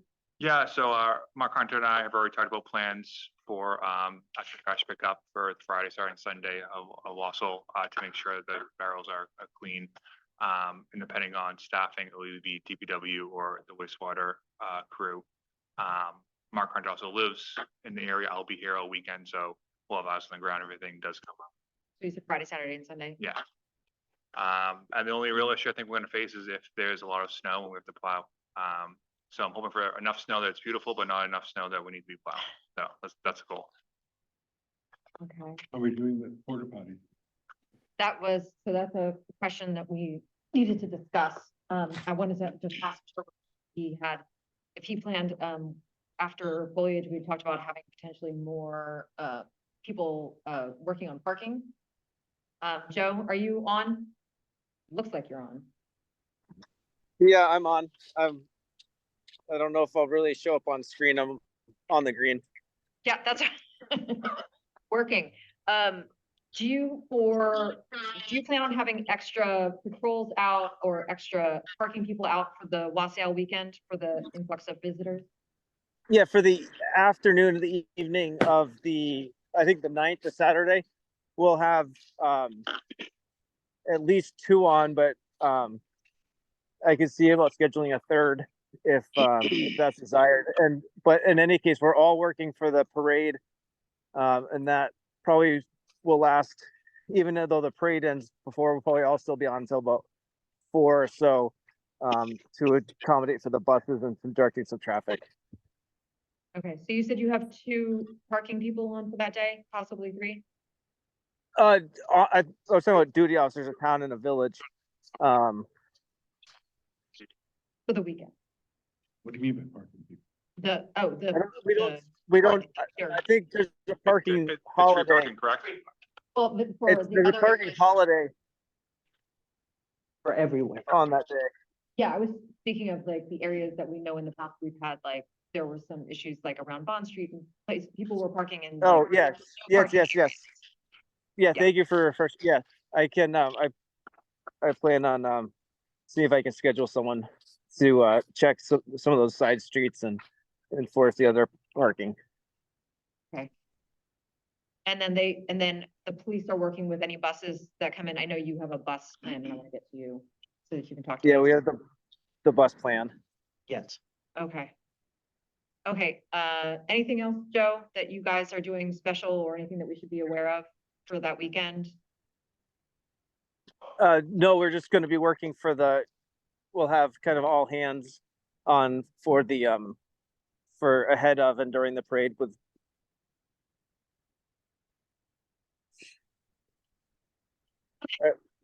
Thank you, Joe. Okay, and Beth, Yep. do you want to tell us? Sure. So, porta potties would be appreciated behind the courthouse.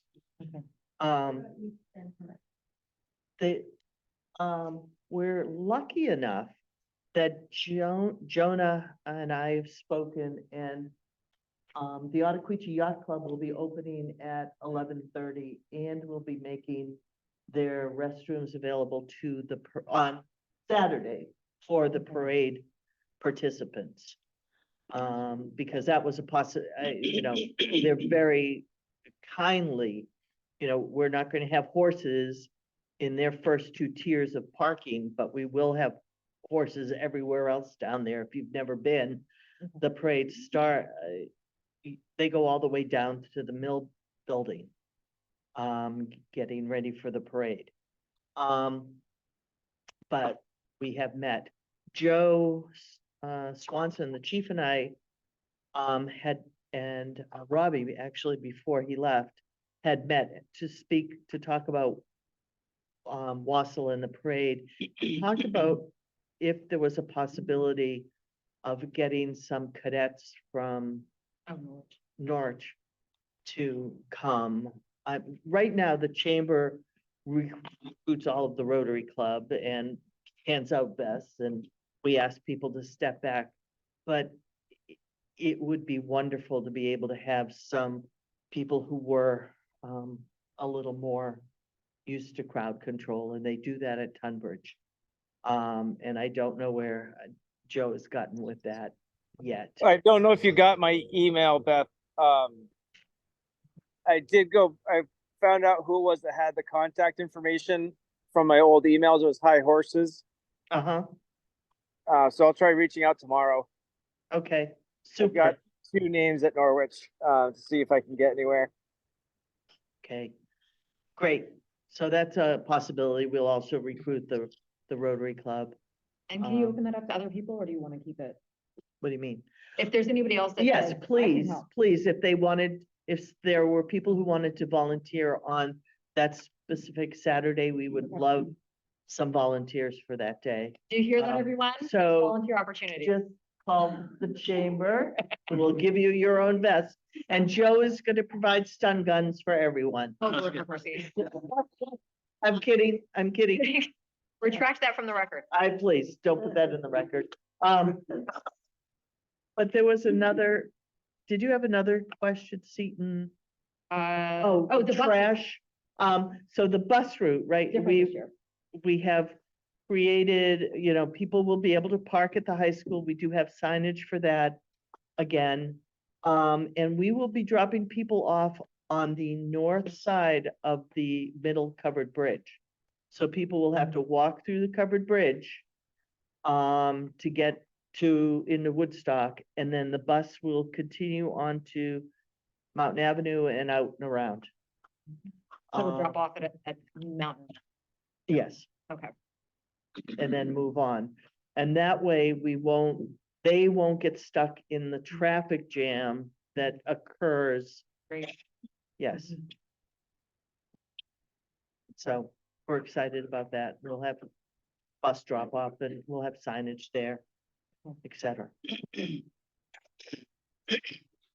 Oh, Wendy, you want to come up here? How big is the bus? It's the 10-person right now. Our plan, It's a shuttle. it's the small, maybe it's 15 people. Okay. Van. The small bus, the short one. The short bus. Last year we had to go to a bigger bus because of them getting stuck in traffic. So Okay. we are hoping that this will alleviate some of that. It's a test. I love it. Okay. Trustees, did you have any comments, concerns about Wassail, things that we need to think to do this year? My only thought was that I think it probably would be a good idea to have a porta potty down at the east end. Okay. Oh, well, she said that the yacht club's gonna be open for people to use that. Yeah, we're already spending money on porta potties. Are we? We need to vote on that. We need to vote on that. I Okay. move that we do that. Okay. Fantastic. Would you like to be more specific on your motion? No, that's Yes. better. Your ideas, your I suggestions? think that using our contingency fund, we should fund 2 porta potties behind the courthouse as we did during foliage. How about one there and one down at east end? We need them in the middle of the village more than anywhere else. And if the parade people have access to the yacht club, then that helps them, and that's at the East End. And prior to that, I'll just say, prior to, like, last year, we did not, there was a bad one down there that we had removed before. And, people can go to Maplefield. It's a really pretty straight shot. It's from, Alright. And so you're gonna, so is the yacht club giving you permission to advertise for the horse people. the horse people? And if people happen to be down there. We got horse people, we got parade people, we've got bus people. How many more? With the people dancing do you witches. want? We have a motion. Okay, so Jeffrey has a motion, there's a motion on the table by, Jeffrey for 2 porta potties, what days? Friday, Saturday, and Sunday? Saturday and Sunday, do we need it Friday? Well, what we discovered Yeah, the we last do. time was Okay. when we had it for 2 days, they dropped it off on like Thursday, and then we had to open it up on Friday, even though we didn't. All right, then- Friday, Saturday, and Sunday. Okay. So- Also weekend. Can I second it? Well, is there any discussion on that? I want to make sure, Sure. anybody, discussions, questions? Community questions, discussions about porta potty, Eric? Okay. Friday, Saturday, and Sunday behind the courthourse. Money to be taken from the contingency fund. Yes, that's my motion. Okay, do you want to put a cap on how much money we spend on such things? So similar to what we spent. Okay, because that included a cleaning every day. That we should include, Okay, with a cleaning every day. yes. It's important. Okay, is there a second? Yes, I get the second. Okay. All in favor, say aye. Aye. Any opposed? Okay, motion carries. Okay.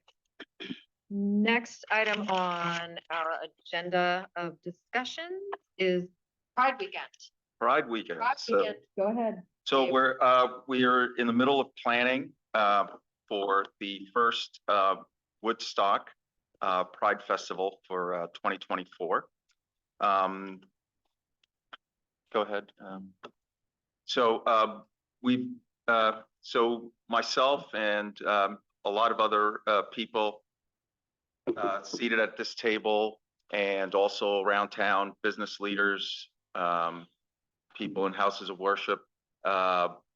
We've had conversations with a lot of people in town about putting on this Pride Festival.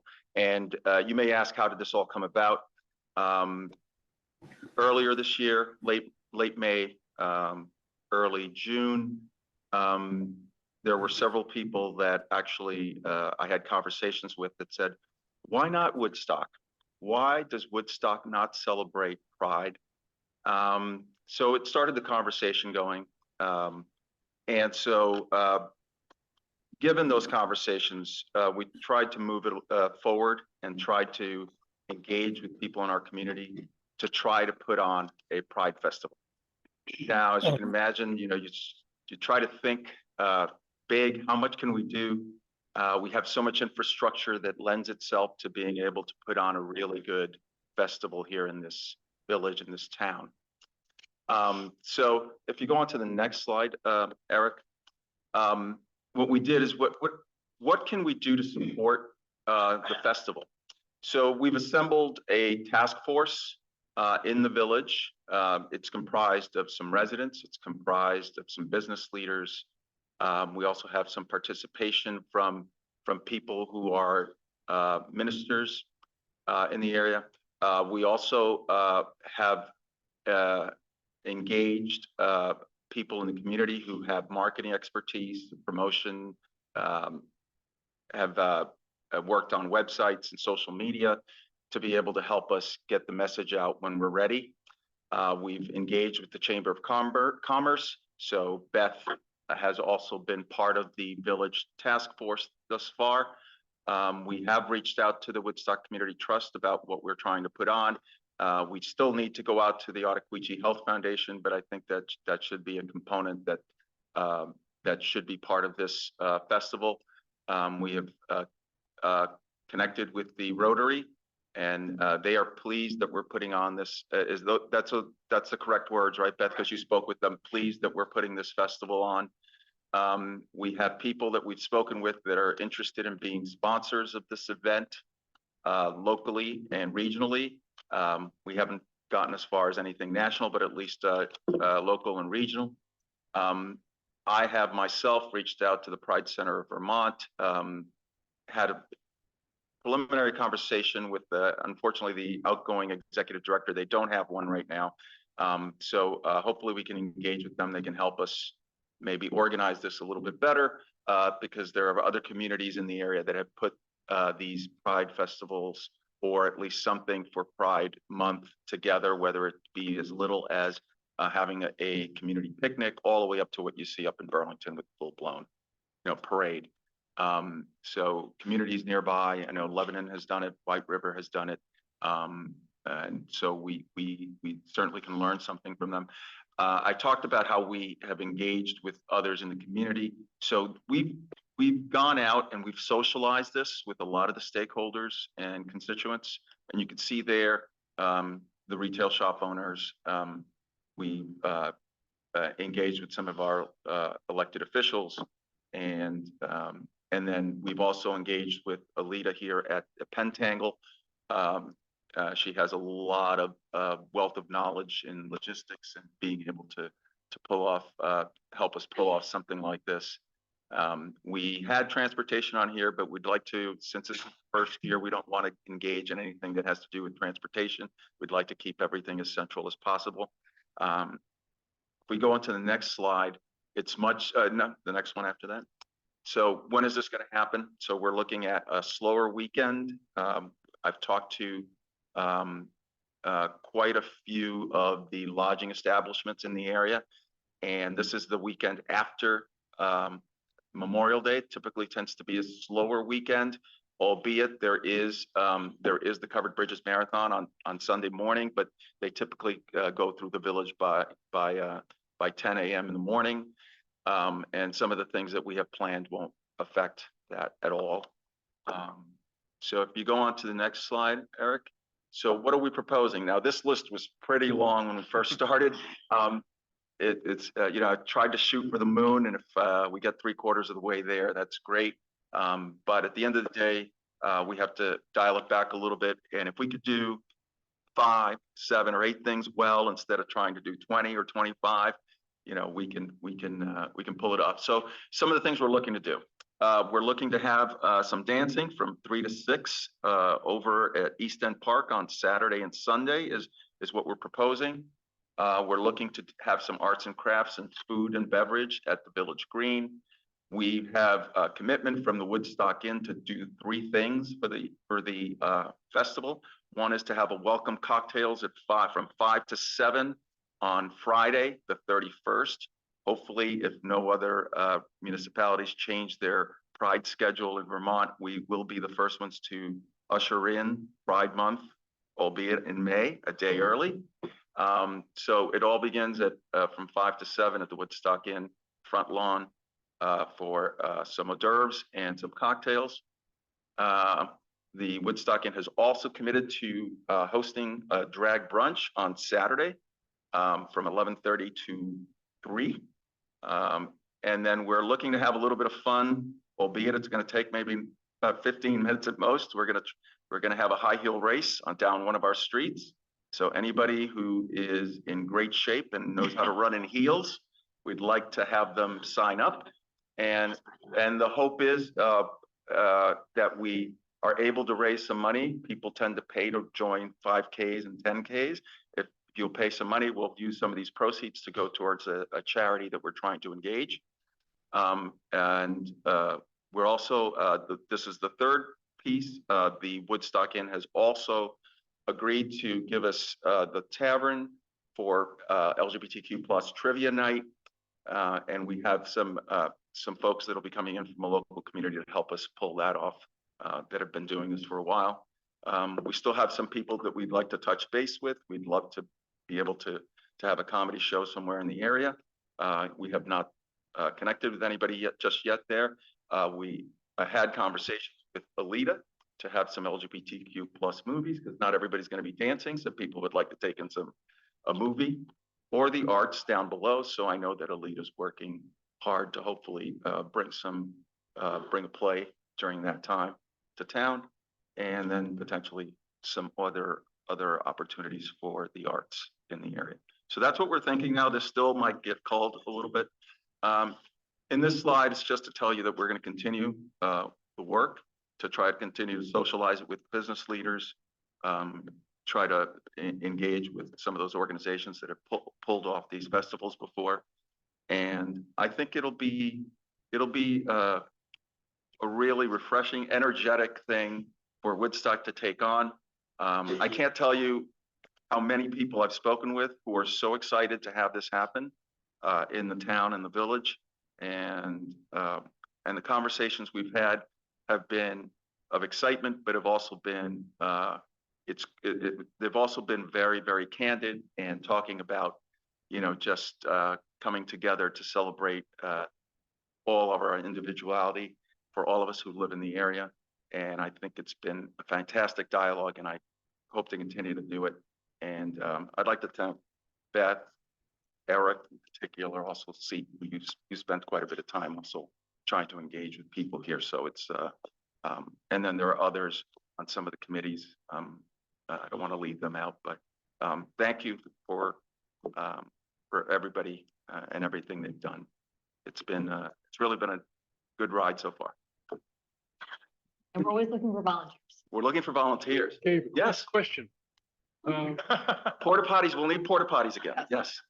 Starting next month, the EDC is starting the community grant process. Yeah. Have you thought about approaching them to fund some of the expenses for this? Because it would be Yeah, right so- up their alley, in terms of they want to do more for events, and this would be great Yeah. to get their support. So Seton is on one of the committees, and that committee has been. They're actually there's a bank account that's being opened up to take in donations. We're using Pentangle as the umbrella for a 501c3. Got it? Did I get it right? Did I get it right? Yeah. So you can contribute, and you can get a write-off for your donations. So we're in the process of, we can actually take donations at this point. And then we're also, part of that is also grants.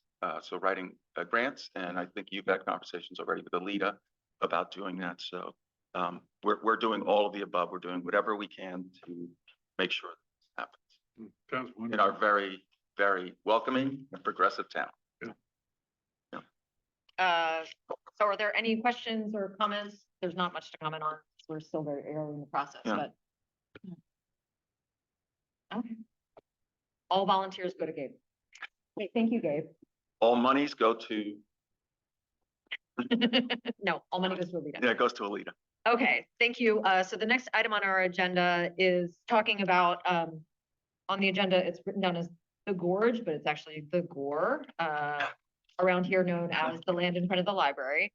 So a little bit of background is, so for years, and at least since I've been here, understanding was that the library owned the piece of land that was in front of the library, and then the next door neighbor owned that land. In a conversation one day, we were looking at a zoning map and realized that that wasn't the case, that the village owns that land.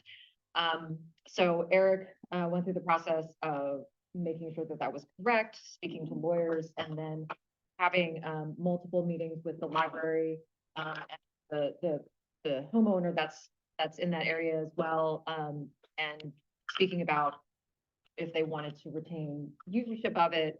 And so the folks that he talked to said they were not interested in keeping it, maintaining it, using it. And so that means that the ball is back in the village's court. So obviously the space, as we've talked about tonight, has traditionally been used for fundraisers, that sort of thing. And so the question that is now before the community, the trustees, is now that we have this land, and we are responsible for maintaining it, and we are responsible for it legally, all liability, all of those sorts of fun things, and that it is something that taxpayers are going to be paying for, and again, with the liability liable for us, we need to protect the taxpayers. We need to decide what to do with it. There are no wrong answers at this point. I don't think anybody at this table has decided what to do with it, because it's not for us to make a decision and say yes or no on anything. So tonight is really about gathering some ideas, getting input from the community. I know that we've already talked to some people in the community. I've had conversations with someone from the Garden Club about their concerns and thoughts, and shared that with the rest of the group. And we talked to the library and trying to figure out, how they've used it in the past. So this is really a time to get input from people about how they've used it in the past, their thoughts. And then this will be, again, a continuing conversation. There's no vote being held tonight. There's nothing to vote on. So just give us your input and we'll write it all down. So I'd like to start with the community, and I'd like to give about 10 minutes because it is almost 9 o'clock. But so if you have any comments, I'd like to start with the people in the room, and then we'll go to Zoom. So if anybody here has any concerns or comments or suggestions about how they think that space is best used, come on up. I think I just add two things before Yeah, we open. One, I just want to apologize to the community. I know with this change in the last 2 months, there's been a lot of confusion for some nonprofits, other things. So I just want to apologize to the community on that end. We're doing the best we can, but like Seaton said, once we knew it was the village, we had to protect the taxpayer, making sure the liability would not fall on taxpayer. So things that could not have happened that normally have happened, or people coming, we saw today, to use a green when they normally would use that space. I just want to apologize for all the confusion, and we should have a solution very soon. And thank you for your patience as we work through this. The second thing is, based on the deed that we got the land from, it has to remain a park, and there can be no permanent structures erected on that space. So it's not like we can turn this into something completely new. It's gonna be more or less the patch of land that it is currently. So we just want to make sure that that's clear up front as well. So does anybody have any comments or any opinions that they'd like to share about use of that space? Come on up. Yeah, grab a seat and tell us who you are. Jenny Dimbinski. I'm from the Garden Club, and you probably already know what I Yeah, said but to please Steve do. before. I live in the town, but the Garden Club, I guess, is everything. So, yeah, well, we've been using that space for 20 years as our only fundraiser. And the money that we raise a lot of it goes to beautification of the town and education of horticulture for community members, and the high school student, we give a scholarship as one of the outcomes of the fundraiser. And we really think that that space is ideal. We have had for 20 years, we've been there. Before, we were at the Masonic Hall, and we always carry insurance. We've always carried a private policy for that day. So we'd be willing to do that, but however you wanted to work with that. And we just really like that space because it's very safe as far as people coming in and out.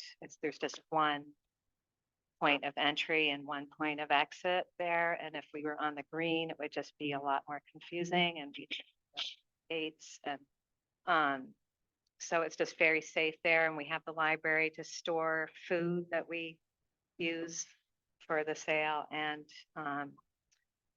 it's just bigger space and more contained. And so we would really like to keep it. When do you all normally have your sale? Memorial Day weekend. Okay. On Saturday. If we don't have a policy by then, we're in big trouble.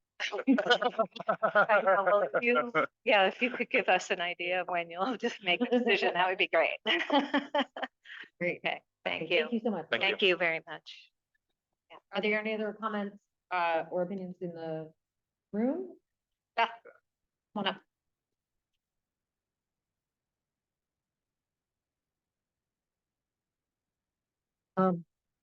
I really appreciate this. That space has been used for so many different things. I hope that you will continue it as a community space. The Garden Club it has a fabulous sale, and it's a great way to kick off the summer season. My concern is that you're going to have to treat it like the green, with the $50 donation and the insurance. And that's my only concern. And we don't use it. But it's always been wonderful to say to the basketball team, call the library, set up there. That way they don't have to pay a fee, and they don't have to, have the same kind of regulations for Wassel or for the art festival or something like that. And so I hope that you will continue making that space available to community organizations, and maybe not as restrictive as the green may be. And would this be a good time to kind of, you wrote an article for the Standard about the importance of COIs. Would you want to take a moment to kind of explain why a COI is really important, so people have an understanding of? Yeah, for those of you who didn't read my column, shocking. So certificate of insurance, and we throw around that word a lot. It is something that we require when somebody has a permit on the green. So the certificate of insurance is not only to protect the village and the town, but it is also to protect whoever is set up there. So right now, if I set up a pie stand on the green and I did not have a certificate of insurance and somebody choked on my pie or they tripped over my tent. And somebody decided that they wanted to sue, as tends to happen these days, or they needed the money. There's two people they would go after. They would go after me. And so that means that my personal money could be, they could sue me for my personal money, my assets. But because there's a pretty good chance that the town has deeper pockets than I do, then they're also going to go after the town and say, hey, you should have known better. Why did you let somebody set up a tent that's going to trip people or sell pie that people are going to choke on? And so then that means that the town gets sued, and the town getting sued, and of course we have insurance. But that insurance means that if we have a payout, our insurance goes up, which means the taxes go up.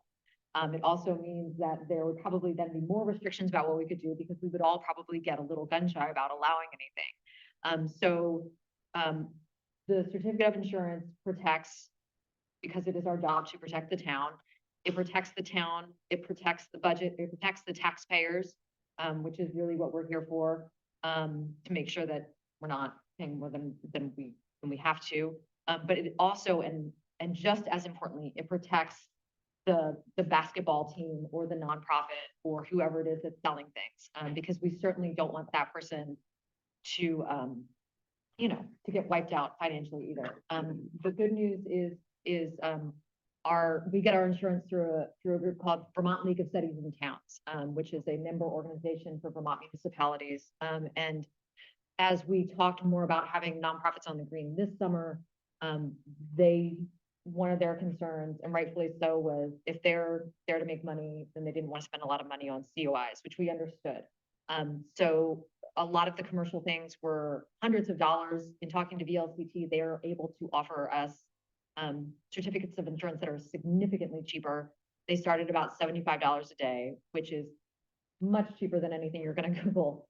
And so that means that we can offer those COIs at a cheaper rate. That money does not go to us. This is not the municipality making money, but it does protect the municipality and it protects the group that's selling things. And so that has always been a requirement, because it's just basic protection for the taxpayers and the people that. Good, thank you.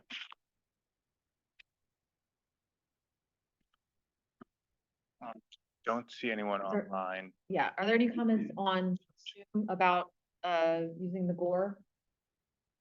Which again, so the gore is apparently, in talking to the History Center, a triangular piece of land.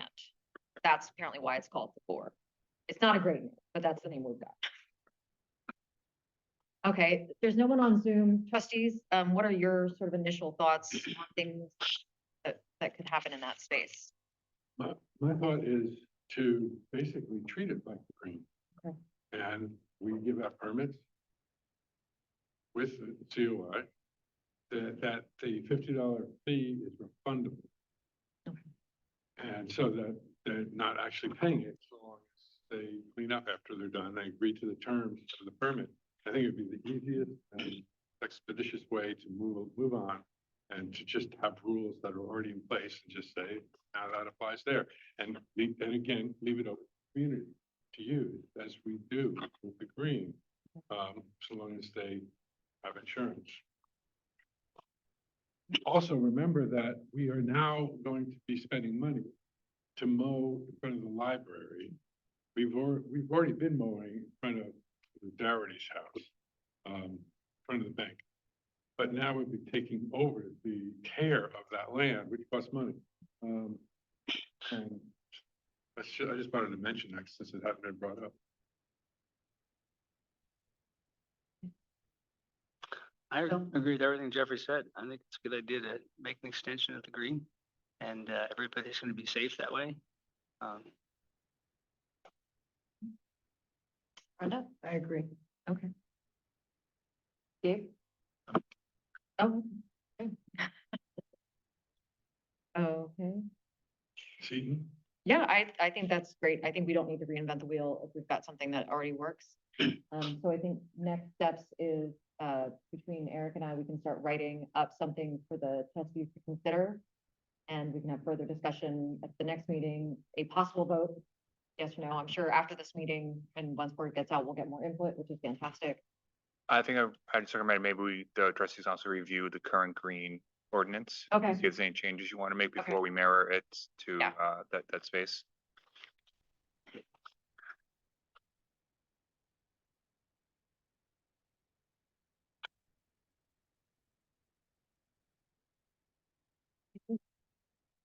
Anything else? Okay, great. Thank you so much. I appreciate all the input. So the next conversation is, we still have ARPA funds left to spend. As a reminder, the federal government has told us that we need to we need to decide where the money is going by December 2024, and then actually physically spend the money by December 2026. And how much money do we have left? Just over 100,000. About 150,000, sorry. 150? Yeah. 259. 150. Camera, love it. Sharp tip. And I will add one thing, for people paying attention to national politics, but also, I've heard locally, there is a fear that the federal government is gonna come in at some point and try to take unspent ARPA funds and bring them back to the government to either allocate somewhere else or to help inflation. So it's been in national politics, but usually when it trickles down to conversations and conferences, that's when I start to worry. And it's been in a few conferences I've been in. And the guidance I'm hearing is spend the money before the next federal election. So be Mark Hunter's here, he'll go over some things, but it'll be my recommendation to the select board to try to not only allocate, but try to spend the money before November 2024. Based on the ask of the trustees, Mark Hunter is here. He put together a list of projects that he would advocate for, spend the money on. He can go over them briefly, then we can have a larger conversation if you want. So Mark, take it away. Can I have a copy of that? Put it up. So I came up with 7 suggestions. What I think it would be, some of them, there's 3 suggestions. I think it's a bit of a necessity. We have 2 footbridges in town. The long footbridge by the Welcome Center. The hand railings are rotten through. There's not much holding them together. In that there's no cross members on that particular bridge. I've gone down underneath in the brook. The footing on that bridge, it's holding up. I think it's a bit of I'll say it's a safety issue. There's no cross members on in the middle of it. I think if, let's say, a tour bus comes in town and there has a group of people on there, somebody, it could be, fall through it if we have 50 or 100 people on there. The footbridge on Vale Field, that one's falling in. There is no concrete footings on either side. It's just basically an old rock wall. That's a way for the kids to walk to and from school. The other one that I think it's a big issue is the retaining wall in the bottom of College Hill. College Hill was paved recently before I came on board. They stopped right at the top of it. It was brought to my Yeah, no, I was trying to find something for. It was brought to my attention before the flood. I wanted to do something about it. It just kind of fell through the cracks. The retaining wall at the bottom by Route 4, it's old field stone. All the rocks are crumbling. When I repaired the light on the we rented that excavator. We got that for a week. There was various little things that I did when I had the machine. One of them was I placed one of the top headstones on there, and I put it back in there. It's fallen, it has fallen in again. And there's a residence, she does the flowers on the bottom of there. She's the one that pointed it out back in the spring. And then what she just recently said something to me again. I did get an estimate from a contractor, the gentleman that has been working with the aqueduct. He's done the last 3 repairs for the aqueduct. It's also our new contractor that removes the snow off the sidewalks. So the 27,000 that I'm requesting out of the ARPA funds, I have a quote on that. Okay. The material that I think we should use, it's not really it's not like the theme or that you would want to see here in town. So the wall that's up there that's falling down, I would like to see it replaced with it's a block. It's going to last a lot longer than a fieldstone or ledge wall that's up there. So it has like a rock face or texture on there. It almost looks similar to the rec center bridge. So that the gentleman, Christian will be able to set those in right there in place. I'm more concerned about if we get heavy rain or anything like that. The condition of that hill, is pretty tender. So that's one of my suggestions, is that I think that we should do something about that slope going up to Carlton College Hill. Some of the other items on the list, paving sidewalks, High Street, that it's in rough shape. I saw a lot of tourists come through in the last few weeks. I measured that before before we got the flooding. That contractor that I hired to do the sidewalks over the summer, I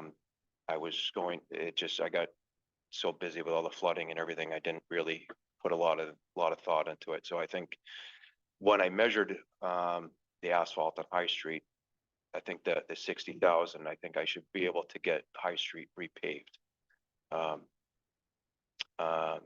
Ford Street, that one's the asphalt on that road it's pretty tender also. There's a couple culverts in town right here in the village that are in pretty bad shape also. So on High Street, the culverts, they run down into the brook. One of them runs in the back of somebody's yard. It's an old galvanized pipe that's all rotten through. So there are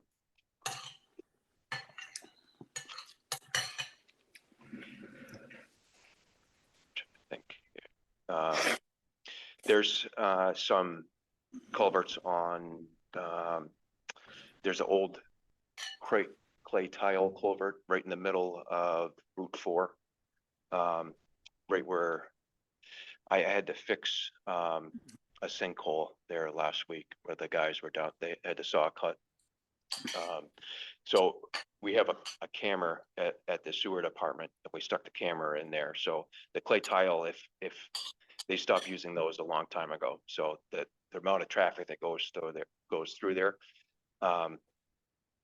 when we stopped traffic, looked down in the sinkhole, what I think is happening is all the aggregate or the road, the rock and everything underneath the asphalt, it's falling into the clay tile because it's so deteriorated. That's another safety issue also. So. I'm gonna set it up. Any questions for Mark? Yes. So what you're proposing is $73,000 over what ARPA funds we have available. What I'm wondering is, in the past, and Phil Swanson was very successful at this, he used the village municipality to acquire grants. A major one was done on North Street, where it met with shore all that up, and the state was a lot of money. Yep. I'm wondering if we shouldn't pursue grants for some of what you have here, and I don't know which of these would qualify better. So we have, College Hill sounds like one that might. yes, whenever there's a grant that goes out, Rita, she always, Trans. yeah, yeah. So I haven't seen a grant go out for anything that, like the wall. So I put out an application on every grant that comes my way.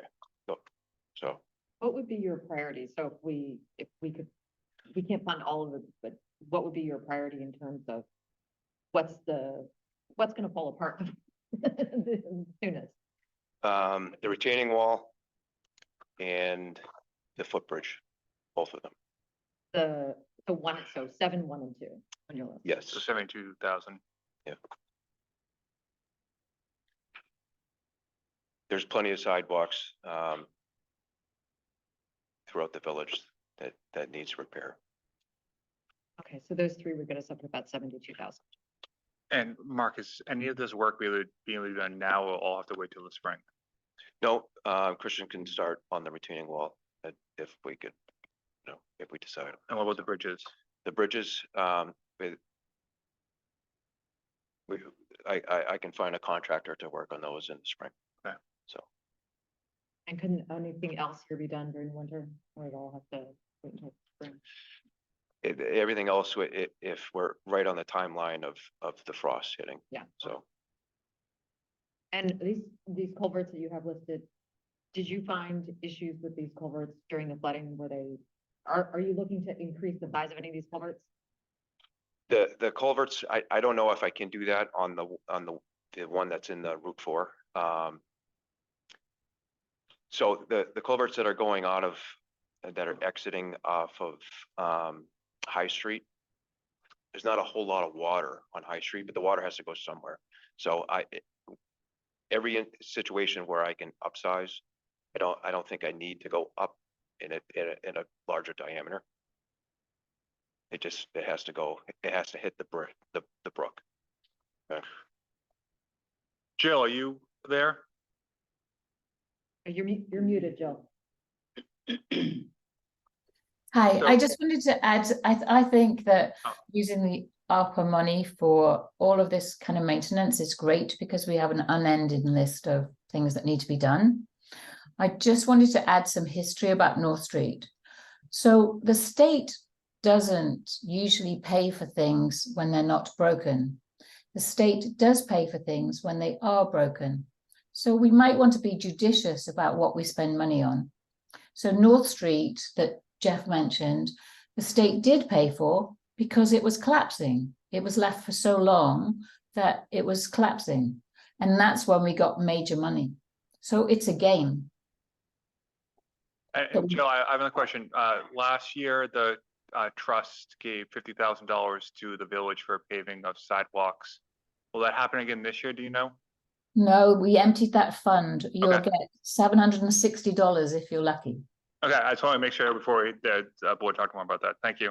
And Jill, on that same topic, of the other public funds, are any of those funds, because I know that we are due to make a withdrawal from that, or that we can any of that money be used for these sorts of infrastructure? So I sent you a document about what the funds can be used for. Do you have that? Shall I talk to you to it? Yeah, can you? Okay, so one of the funds can only go towards fireworks. There's another fund that can go to things that are used for civic betterment. So that's the one that we used for trees last year. And there's another one that can be used for almost anything, but we have to put it to the vote of in a village meeting. And we used that last year for tree work. And those two funds, unless we spend them down, we're only talking about $4,000. So nothing significant that will help here. Okay, thank you. And are any of these in the disaster state that the Retaining wall. state might be able, so can you approach the state about that? I don't know how that works. They put out a list of different grants.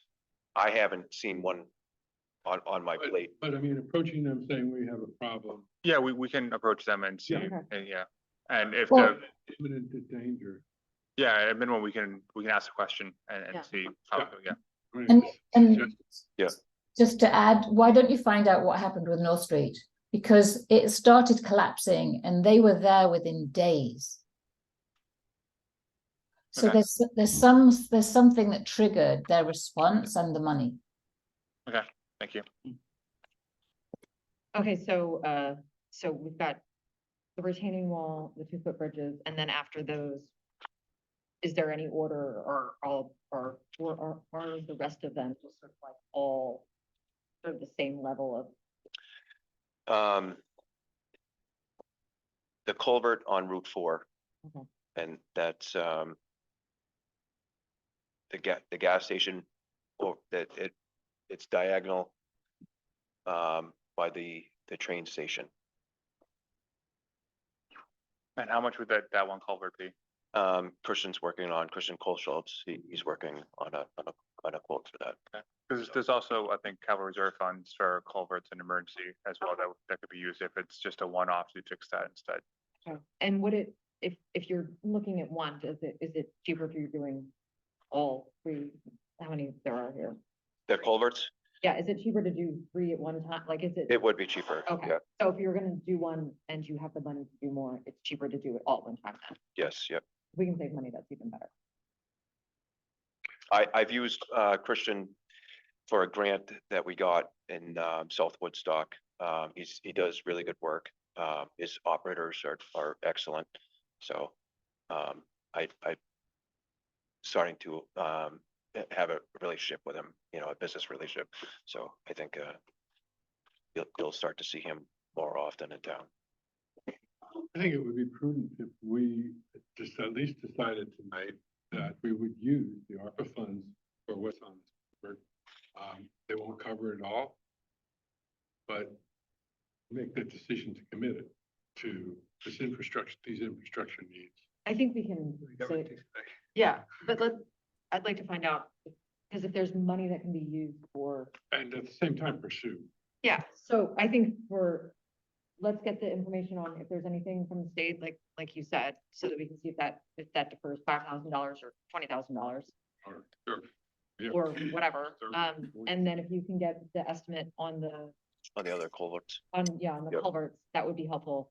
And then we can have those real numbers and then make a decision then. But I mean, I think that these are a great list and thank you for bringing them. So to us. the retaining wall, the 27,000, that's an actual number. So I have a quote to Okay. have that Do done. that now before. Yeah, we can vote on just Rust. that piece. Does that make sense? That's something you can do now. But The other that's second we one just that's bring- so imminent problem. That's one. Oh, that's one that we want to find out. We wanna if- So, I if mean, it's state money. you could vote to allocate opera funding for it, with the, paths of looking for grant funding first. Okay. So if there is no grant funding, or if there is some grant funding for it, the rest could be used by opera as well. Yeah. So you could also make that motion for it I too. would make that motion. And then if there is fully grant funding, we can come back and you can reallocate the money into something else. Yeah, I think if that's something that can get started on.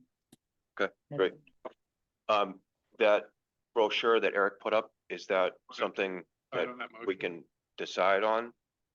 Do you like that, So how it looks. how it looks? Yeah. How does it look? I right think now? it's more of,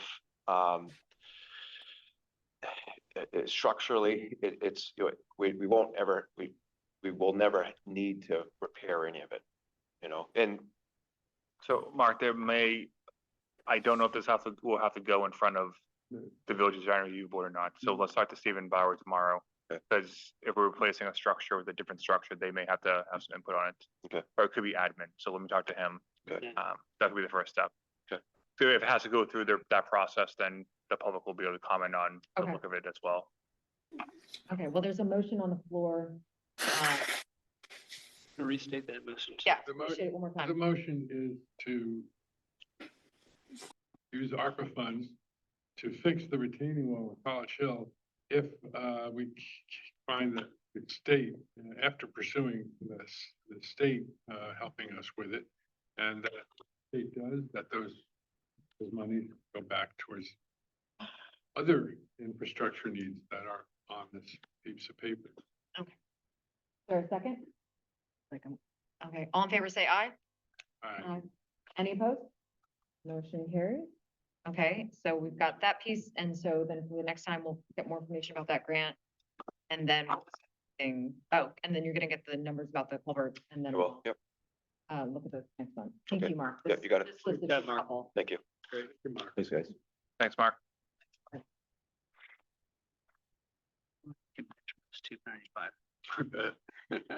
Okay, next item on the agenda is Faulkner Park. Wendy, I'm gonna give you a whopping 5 minutes because it's getting late.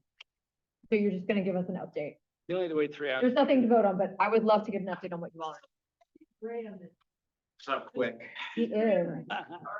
get to the point. Okay, do you have professional presenter? Can you put up, you submitted something to the packet, right? Yep, it's in there. Oh, can you put up there? Yep. So everybody can see it. It's the same Hi, set of- Graham, can you please tell us who you are? Hi, I'm Graham Hankey. I live on Mountain Avenue, relatively close by the park, and I'm happy to be here. Thank you all for making time. Sure. So as Wendy said, we just wanted to come through and give you guys an update on where we are and also some exciting developments that could impact the future of our organization and the future of the park. So we do have a briefing that will hopefully come up in just a second.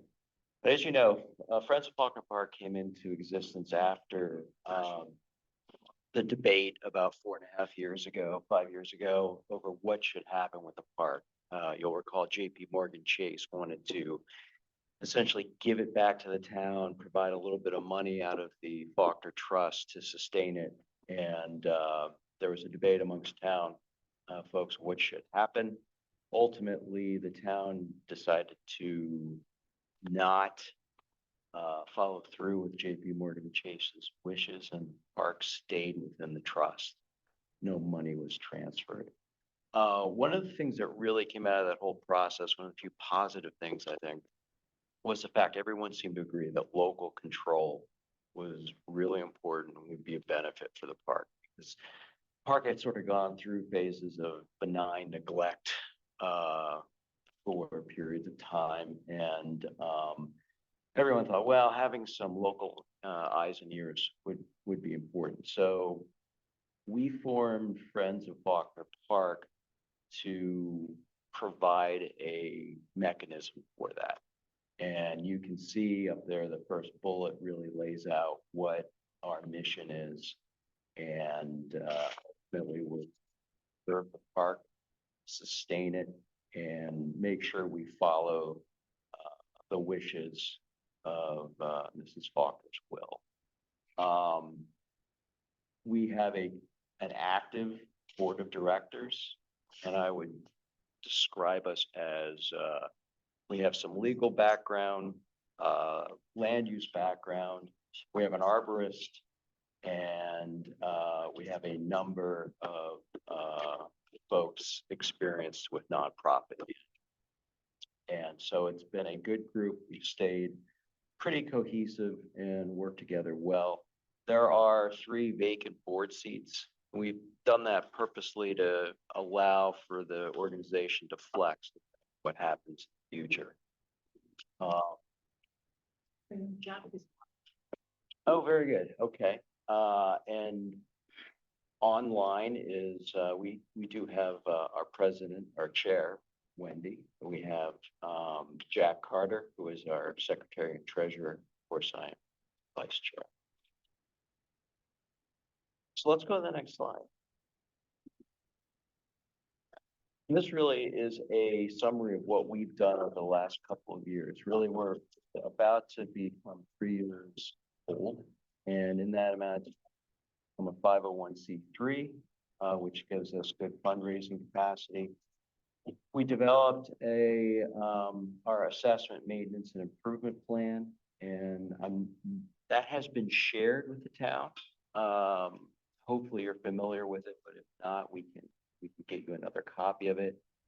That is detailed enough, I think, to allow for planning, for resource allocation, and for budgeting going forward, and at least spark fairly detailed discussions on what should be happening in the park. We've started work with the right-of-way assessment, and you can see there we've engaged a number of subject matter experts, try to figure out what's the best solution to some of the issues that happen along that interface between Mountain Avenue and the edge of the park. We've got some emerging solutions coming there. And finally, we have in recent times been engaging with folks who provide support to the Faulkner Trust in the wake of Jim Woodworth's retirement. He was the former caretaker. The current mowing support folks at Rooted Gardens, and also Timber Tender, who provides a lot of support to the trees in the park when they are engaged.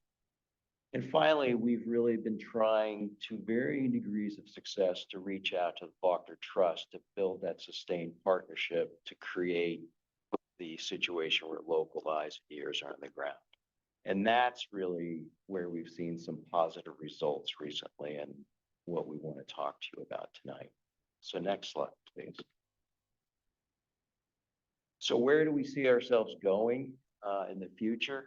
We have continued to identify local concerns and priorities for the park. These are captured in the plan. They are also captured as we engage with various users in the park, vendors that are engaged to take care of the park, and with the Faulkner Trust.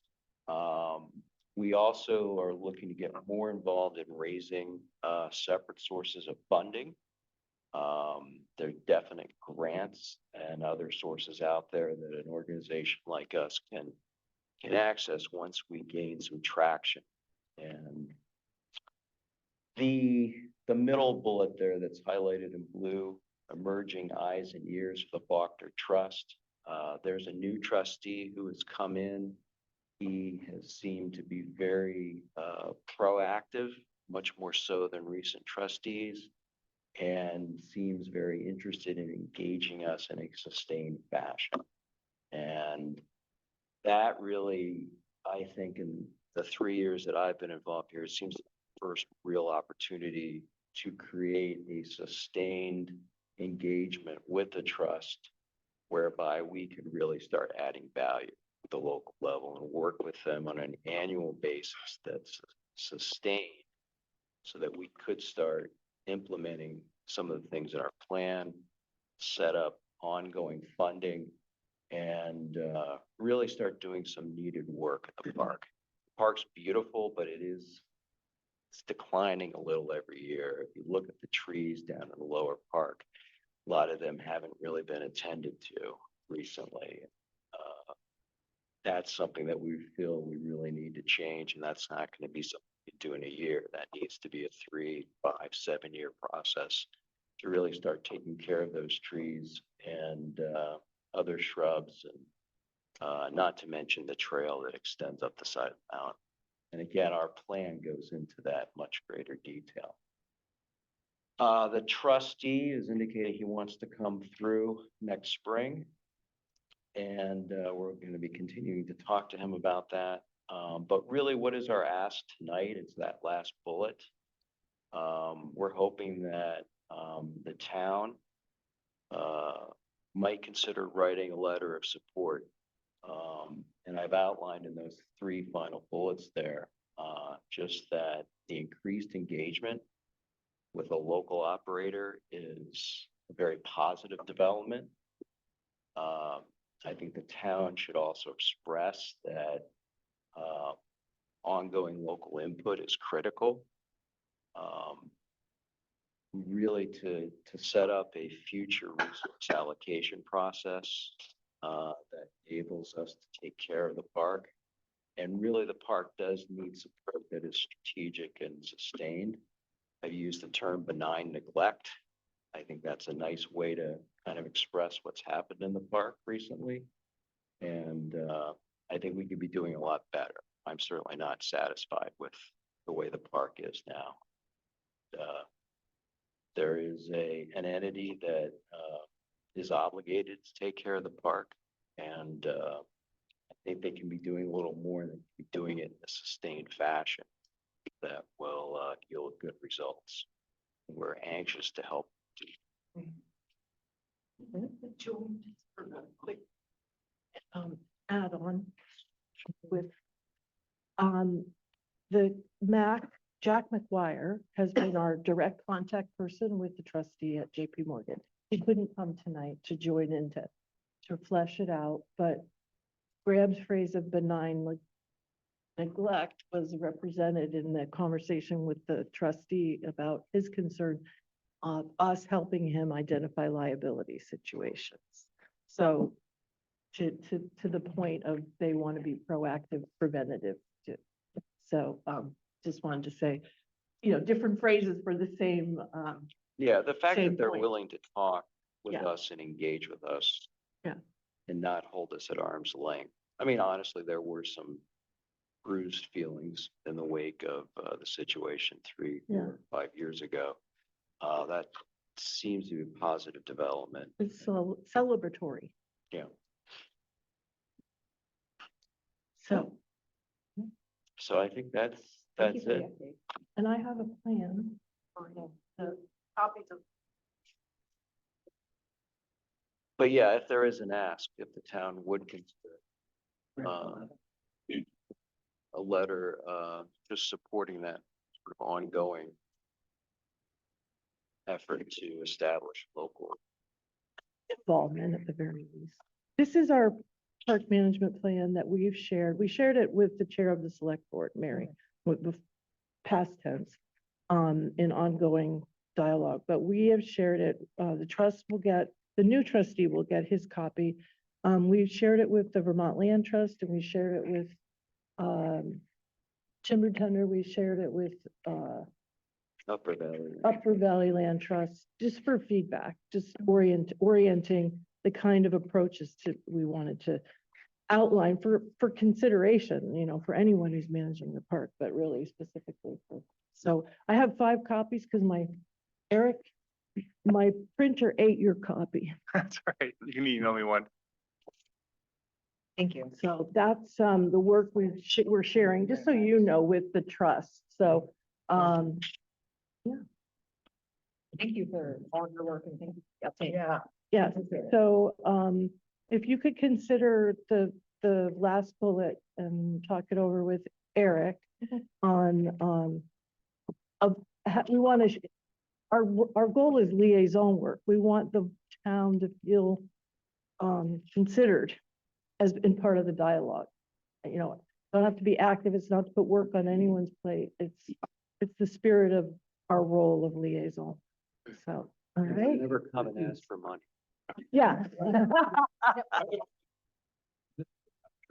Yes. This is a village board, and So I'm calling him town manager, and that's incorrect.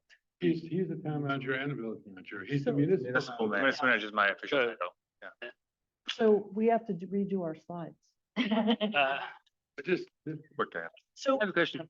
Eric, as municipal manager. Yep. Sorry, I've been introducing you. It's okay. I'm sorry. So thank you for that. you're welcome. It's all in the language is everything. Wait, I was just wondering, Bill, do you have a question? Yeah, Bill. Yeah, it's a simple question. Dr. Barton is ongoing local input. How do you define local? So you mean what we've done? What's local? I mean, local Local input is could be. village or local. town. It's residents or Residents. users, So it's like people everybody. on site.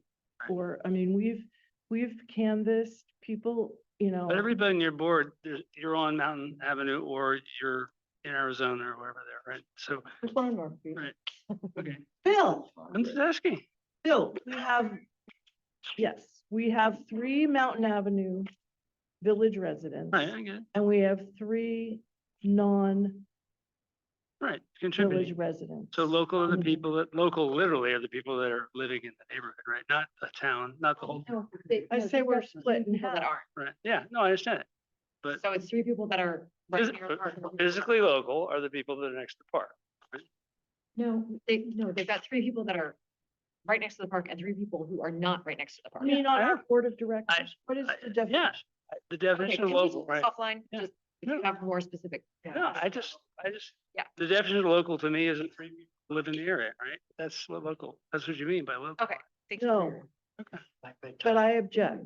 That is not what. Okay, well, let's take this offline. But I Thank you just for the wanted for the presentation. record to Yeah. object to that. I'm just And- asking, no, I'm asking the question and. No, and the answer is no. The local means the town. Okay, well, then the town is not in charge of the park. You guys are. That's what you're We're saying. not in charge of the park either. Okay, guys, this is Yeah, lively discussion and I love it. I'm sorry Sorry. to trigger. No, the word local to me means the 3 people that live in the neighborhood. It doesn't mean the whole town. Well, we have to work on that. I'm gonna Okay. take that. Okay, thank you for your input. That's interesting. Thank you, guys. Thank you, Wendy. The next item, I didn't recognize.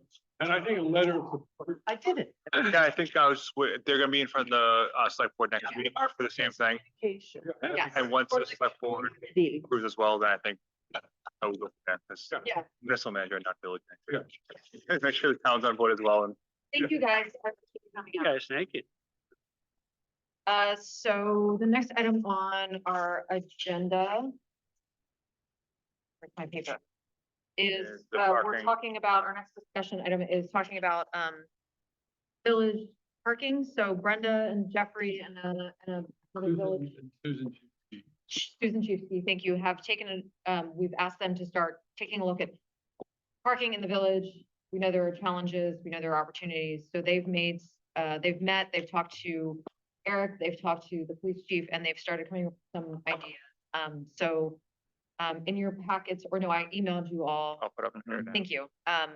Some of their suggestions, proposals, this is again, the first conversation, a series of conversations about things. So I would love it if you all could start with what your goal was when you started looking at things and sort of walk us through your ideas. Well, nothing has been changed for quite a while. Okay. And so that was our first motivation. What would be a good idea? How could we change? And then put it better, including fee structures that hadn't been changed since we were first. So these are ideas right now.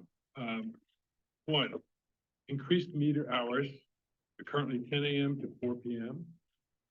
Increase them from 10 a.m. to 6 common in other communities. And without increasing expenses necessarily, as we would have a flex hour meter readers, nobody would know what they were going to be enforcing it from between 4 to 6.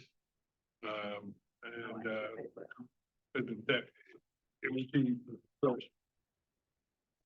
time to time. That's one thing. We want to have a yearly renewal for all the private spaces that we have. Currently, we have private spaces in the Mechanic Street lot and in the library lot.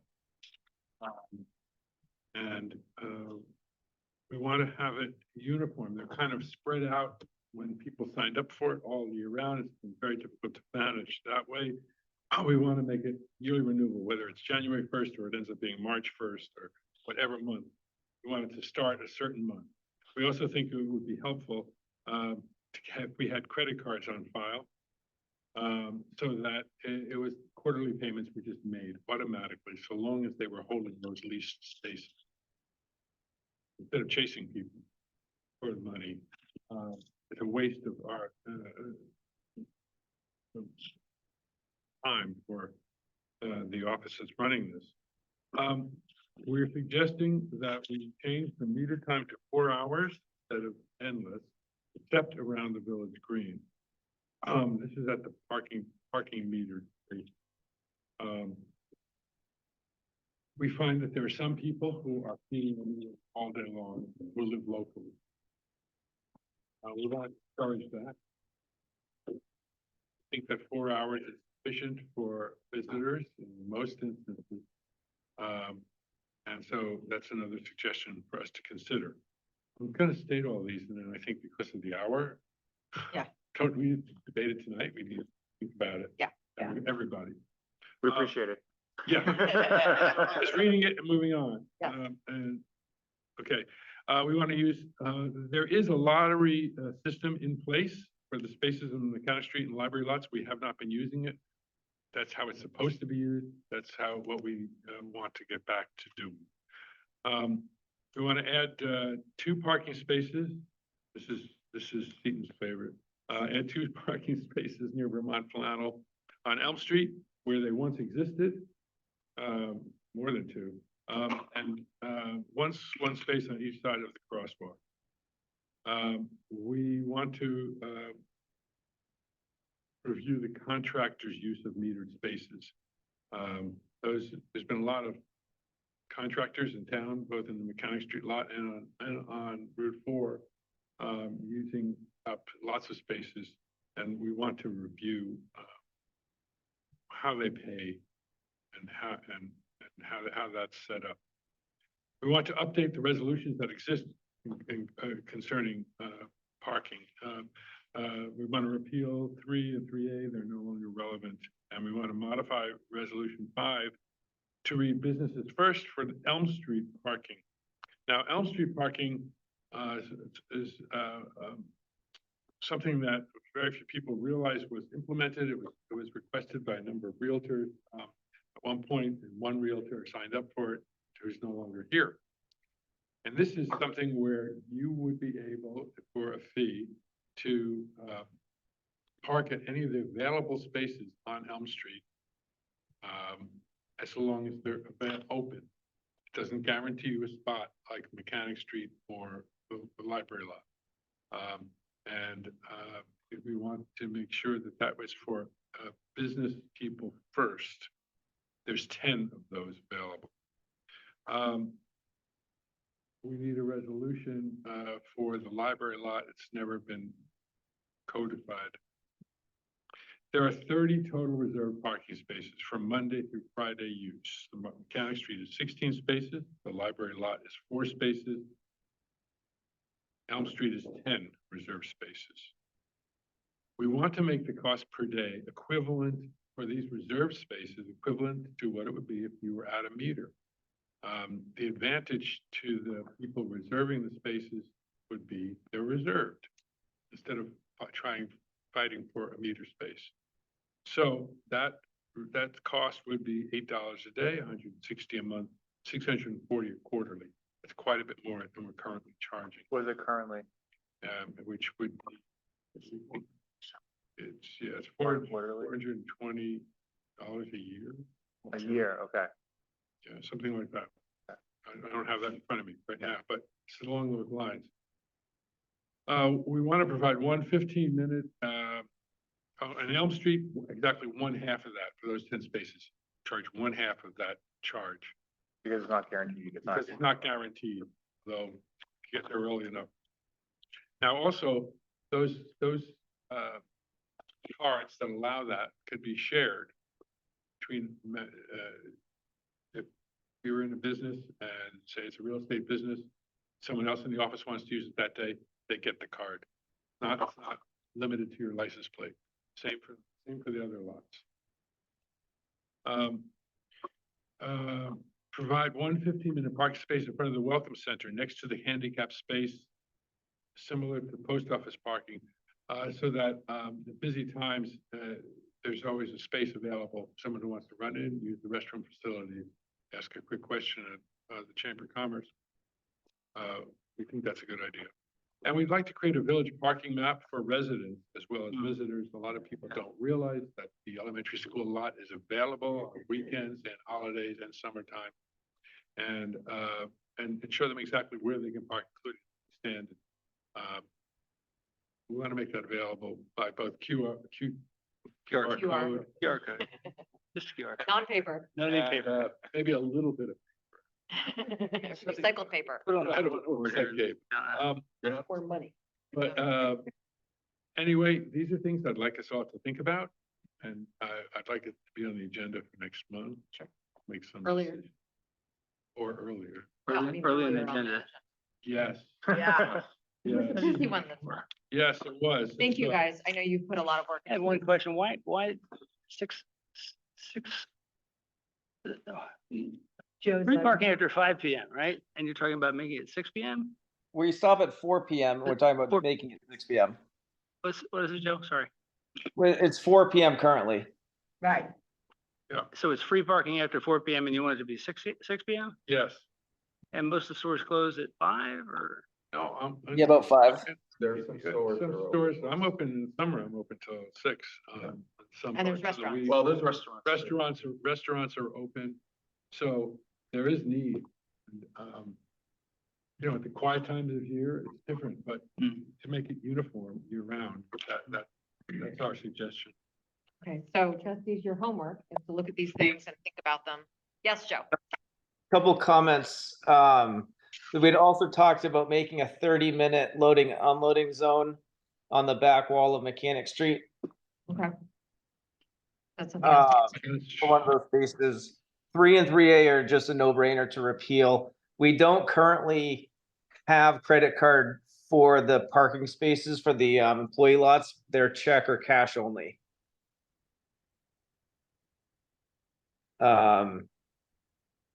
And we do currently, for the employee lot, we're currently following what the ordinance says. The lottery is for any remaining spaces at the end of the year for people that don't want to renew. But if you want to renew, you don't have to be part of the lottery for the way it's currently written. Thank you for the clarification. And there's one other thing I didn't mention. There is one person who's not involved in the business community at all, has a space. And that space go back to the use of someone who's in the business community. Okay. Thank you. So trustees, your homework is to Yeah. review all these, Very thorough. talk to your friends, talk to your neighbors. Get your thoughts together for next month. So thank you guys for putting in all the work Fine, on look this. at all these places. One more thing. One more thing. Joe, the, parking spot that we were thinking about making an unloading zone for everyone to use. Is that behind 120 home? Yes, exactly, because that was rented out. It was supposed to have been reviewed in May. It wasn't, as far as whether it works to continue to rent to that one person. We haven't received payment for the second year yet. But we're kind of waiting on guidance is what we do here. Before I follow up with Okay. that. So I just wanted to make that clear that that's what we're talking Yeah. about. Thank you. Okay. All right, good night, everybody. All right, good night, everyone. Okay. Okay, so any other comments on this? Can you keep it to yourself? No, okay. We'll take comments, but next month we'll talk about this further. Thank you again. Is there any other business to come before the trustees? Nope. Okay, in that case, Jeffrey, are there any? There are, Jeffrey. sorry. What? Well, Nikki? Good night of all nights. In deference to the hour, I can be very quick. He's quick. Table is still empty. I mean, we have to approve the minutes. Yes. The joint minutes 10, under section B, 1, subset B, change MAS to MAPS. This is why we have Jeffrey. Section B, number 5, subsection E, change ill, IAL, to will, WILL. Good. Okay, under the village minutes, 10:10, under G, subsection 3, change evens, EVENS, to events with a T. Nikki falling down on the job. H, Oh. number 1, Number one, B, B subset I, change event to events. So you still get an A plus, Nikki, but I mean, I think it's just an A. It's an A. Maybe not. maybe, yeah, maybe it's an A plus Just minus, Like but a 98. I'm still awake right now. Give her A plus. Sorry. yeah. So with those changes, I'd make a motion to accept the minutes from both of those two meetings. All in favor, say aye. Opposed, motion carries. I make a motion to adjourn the meeting. 9:54 PM. Is there a second? Second. All in favor, say aye. Aye. Any opposed?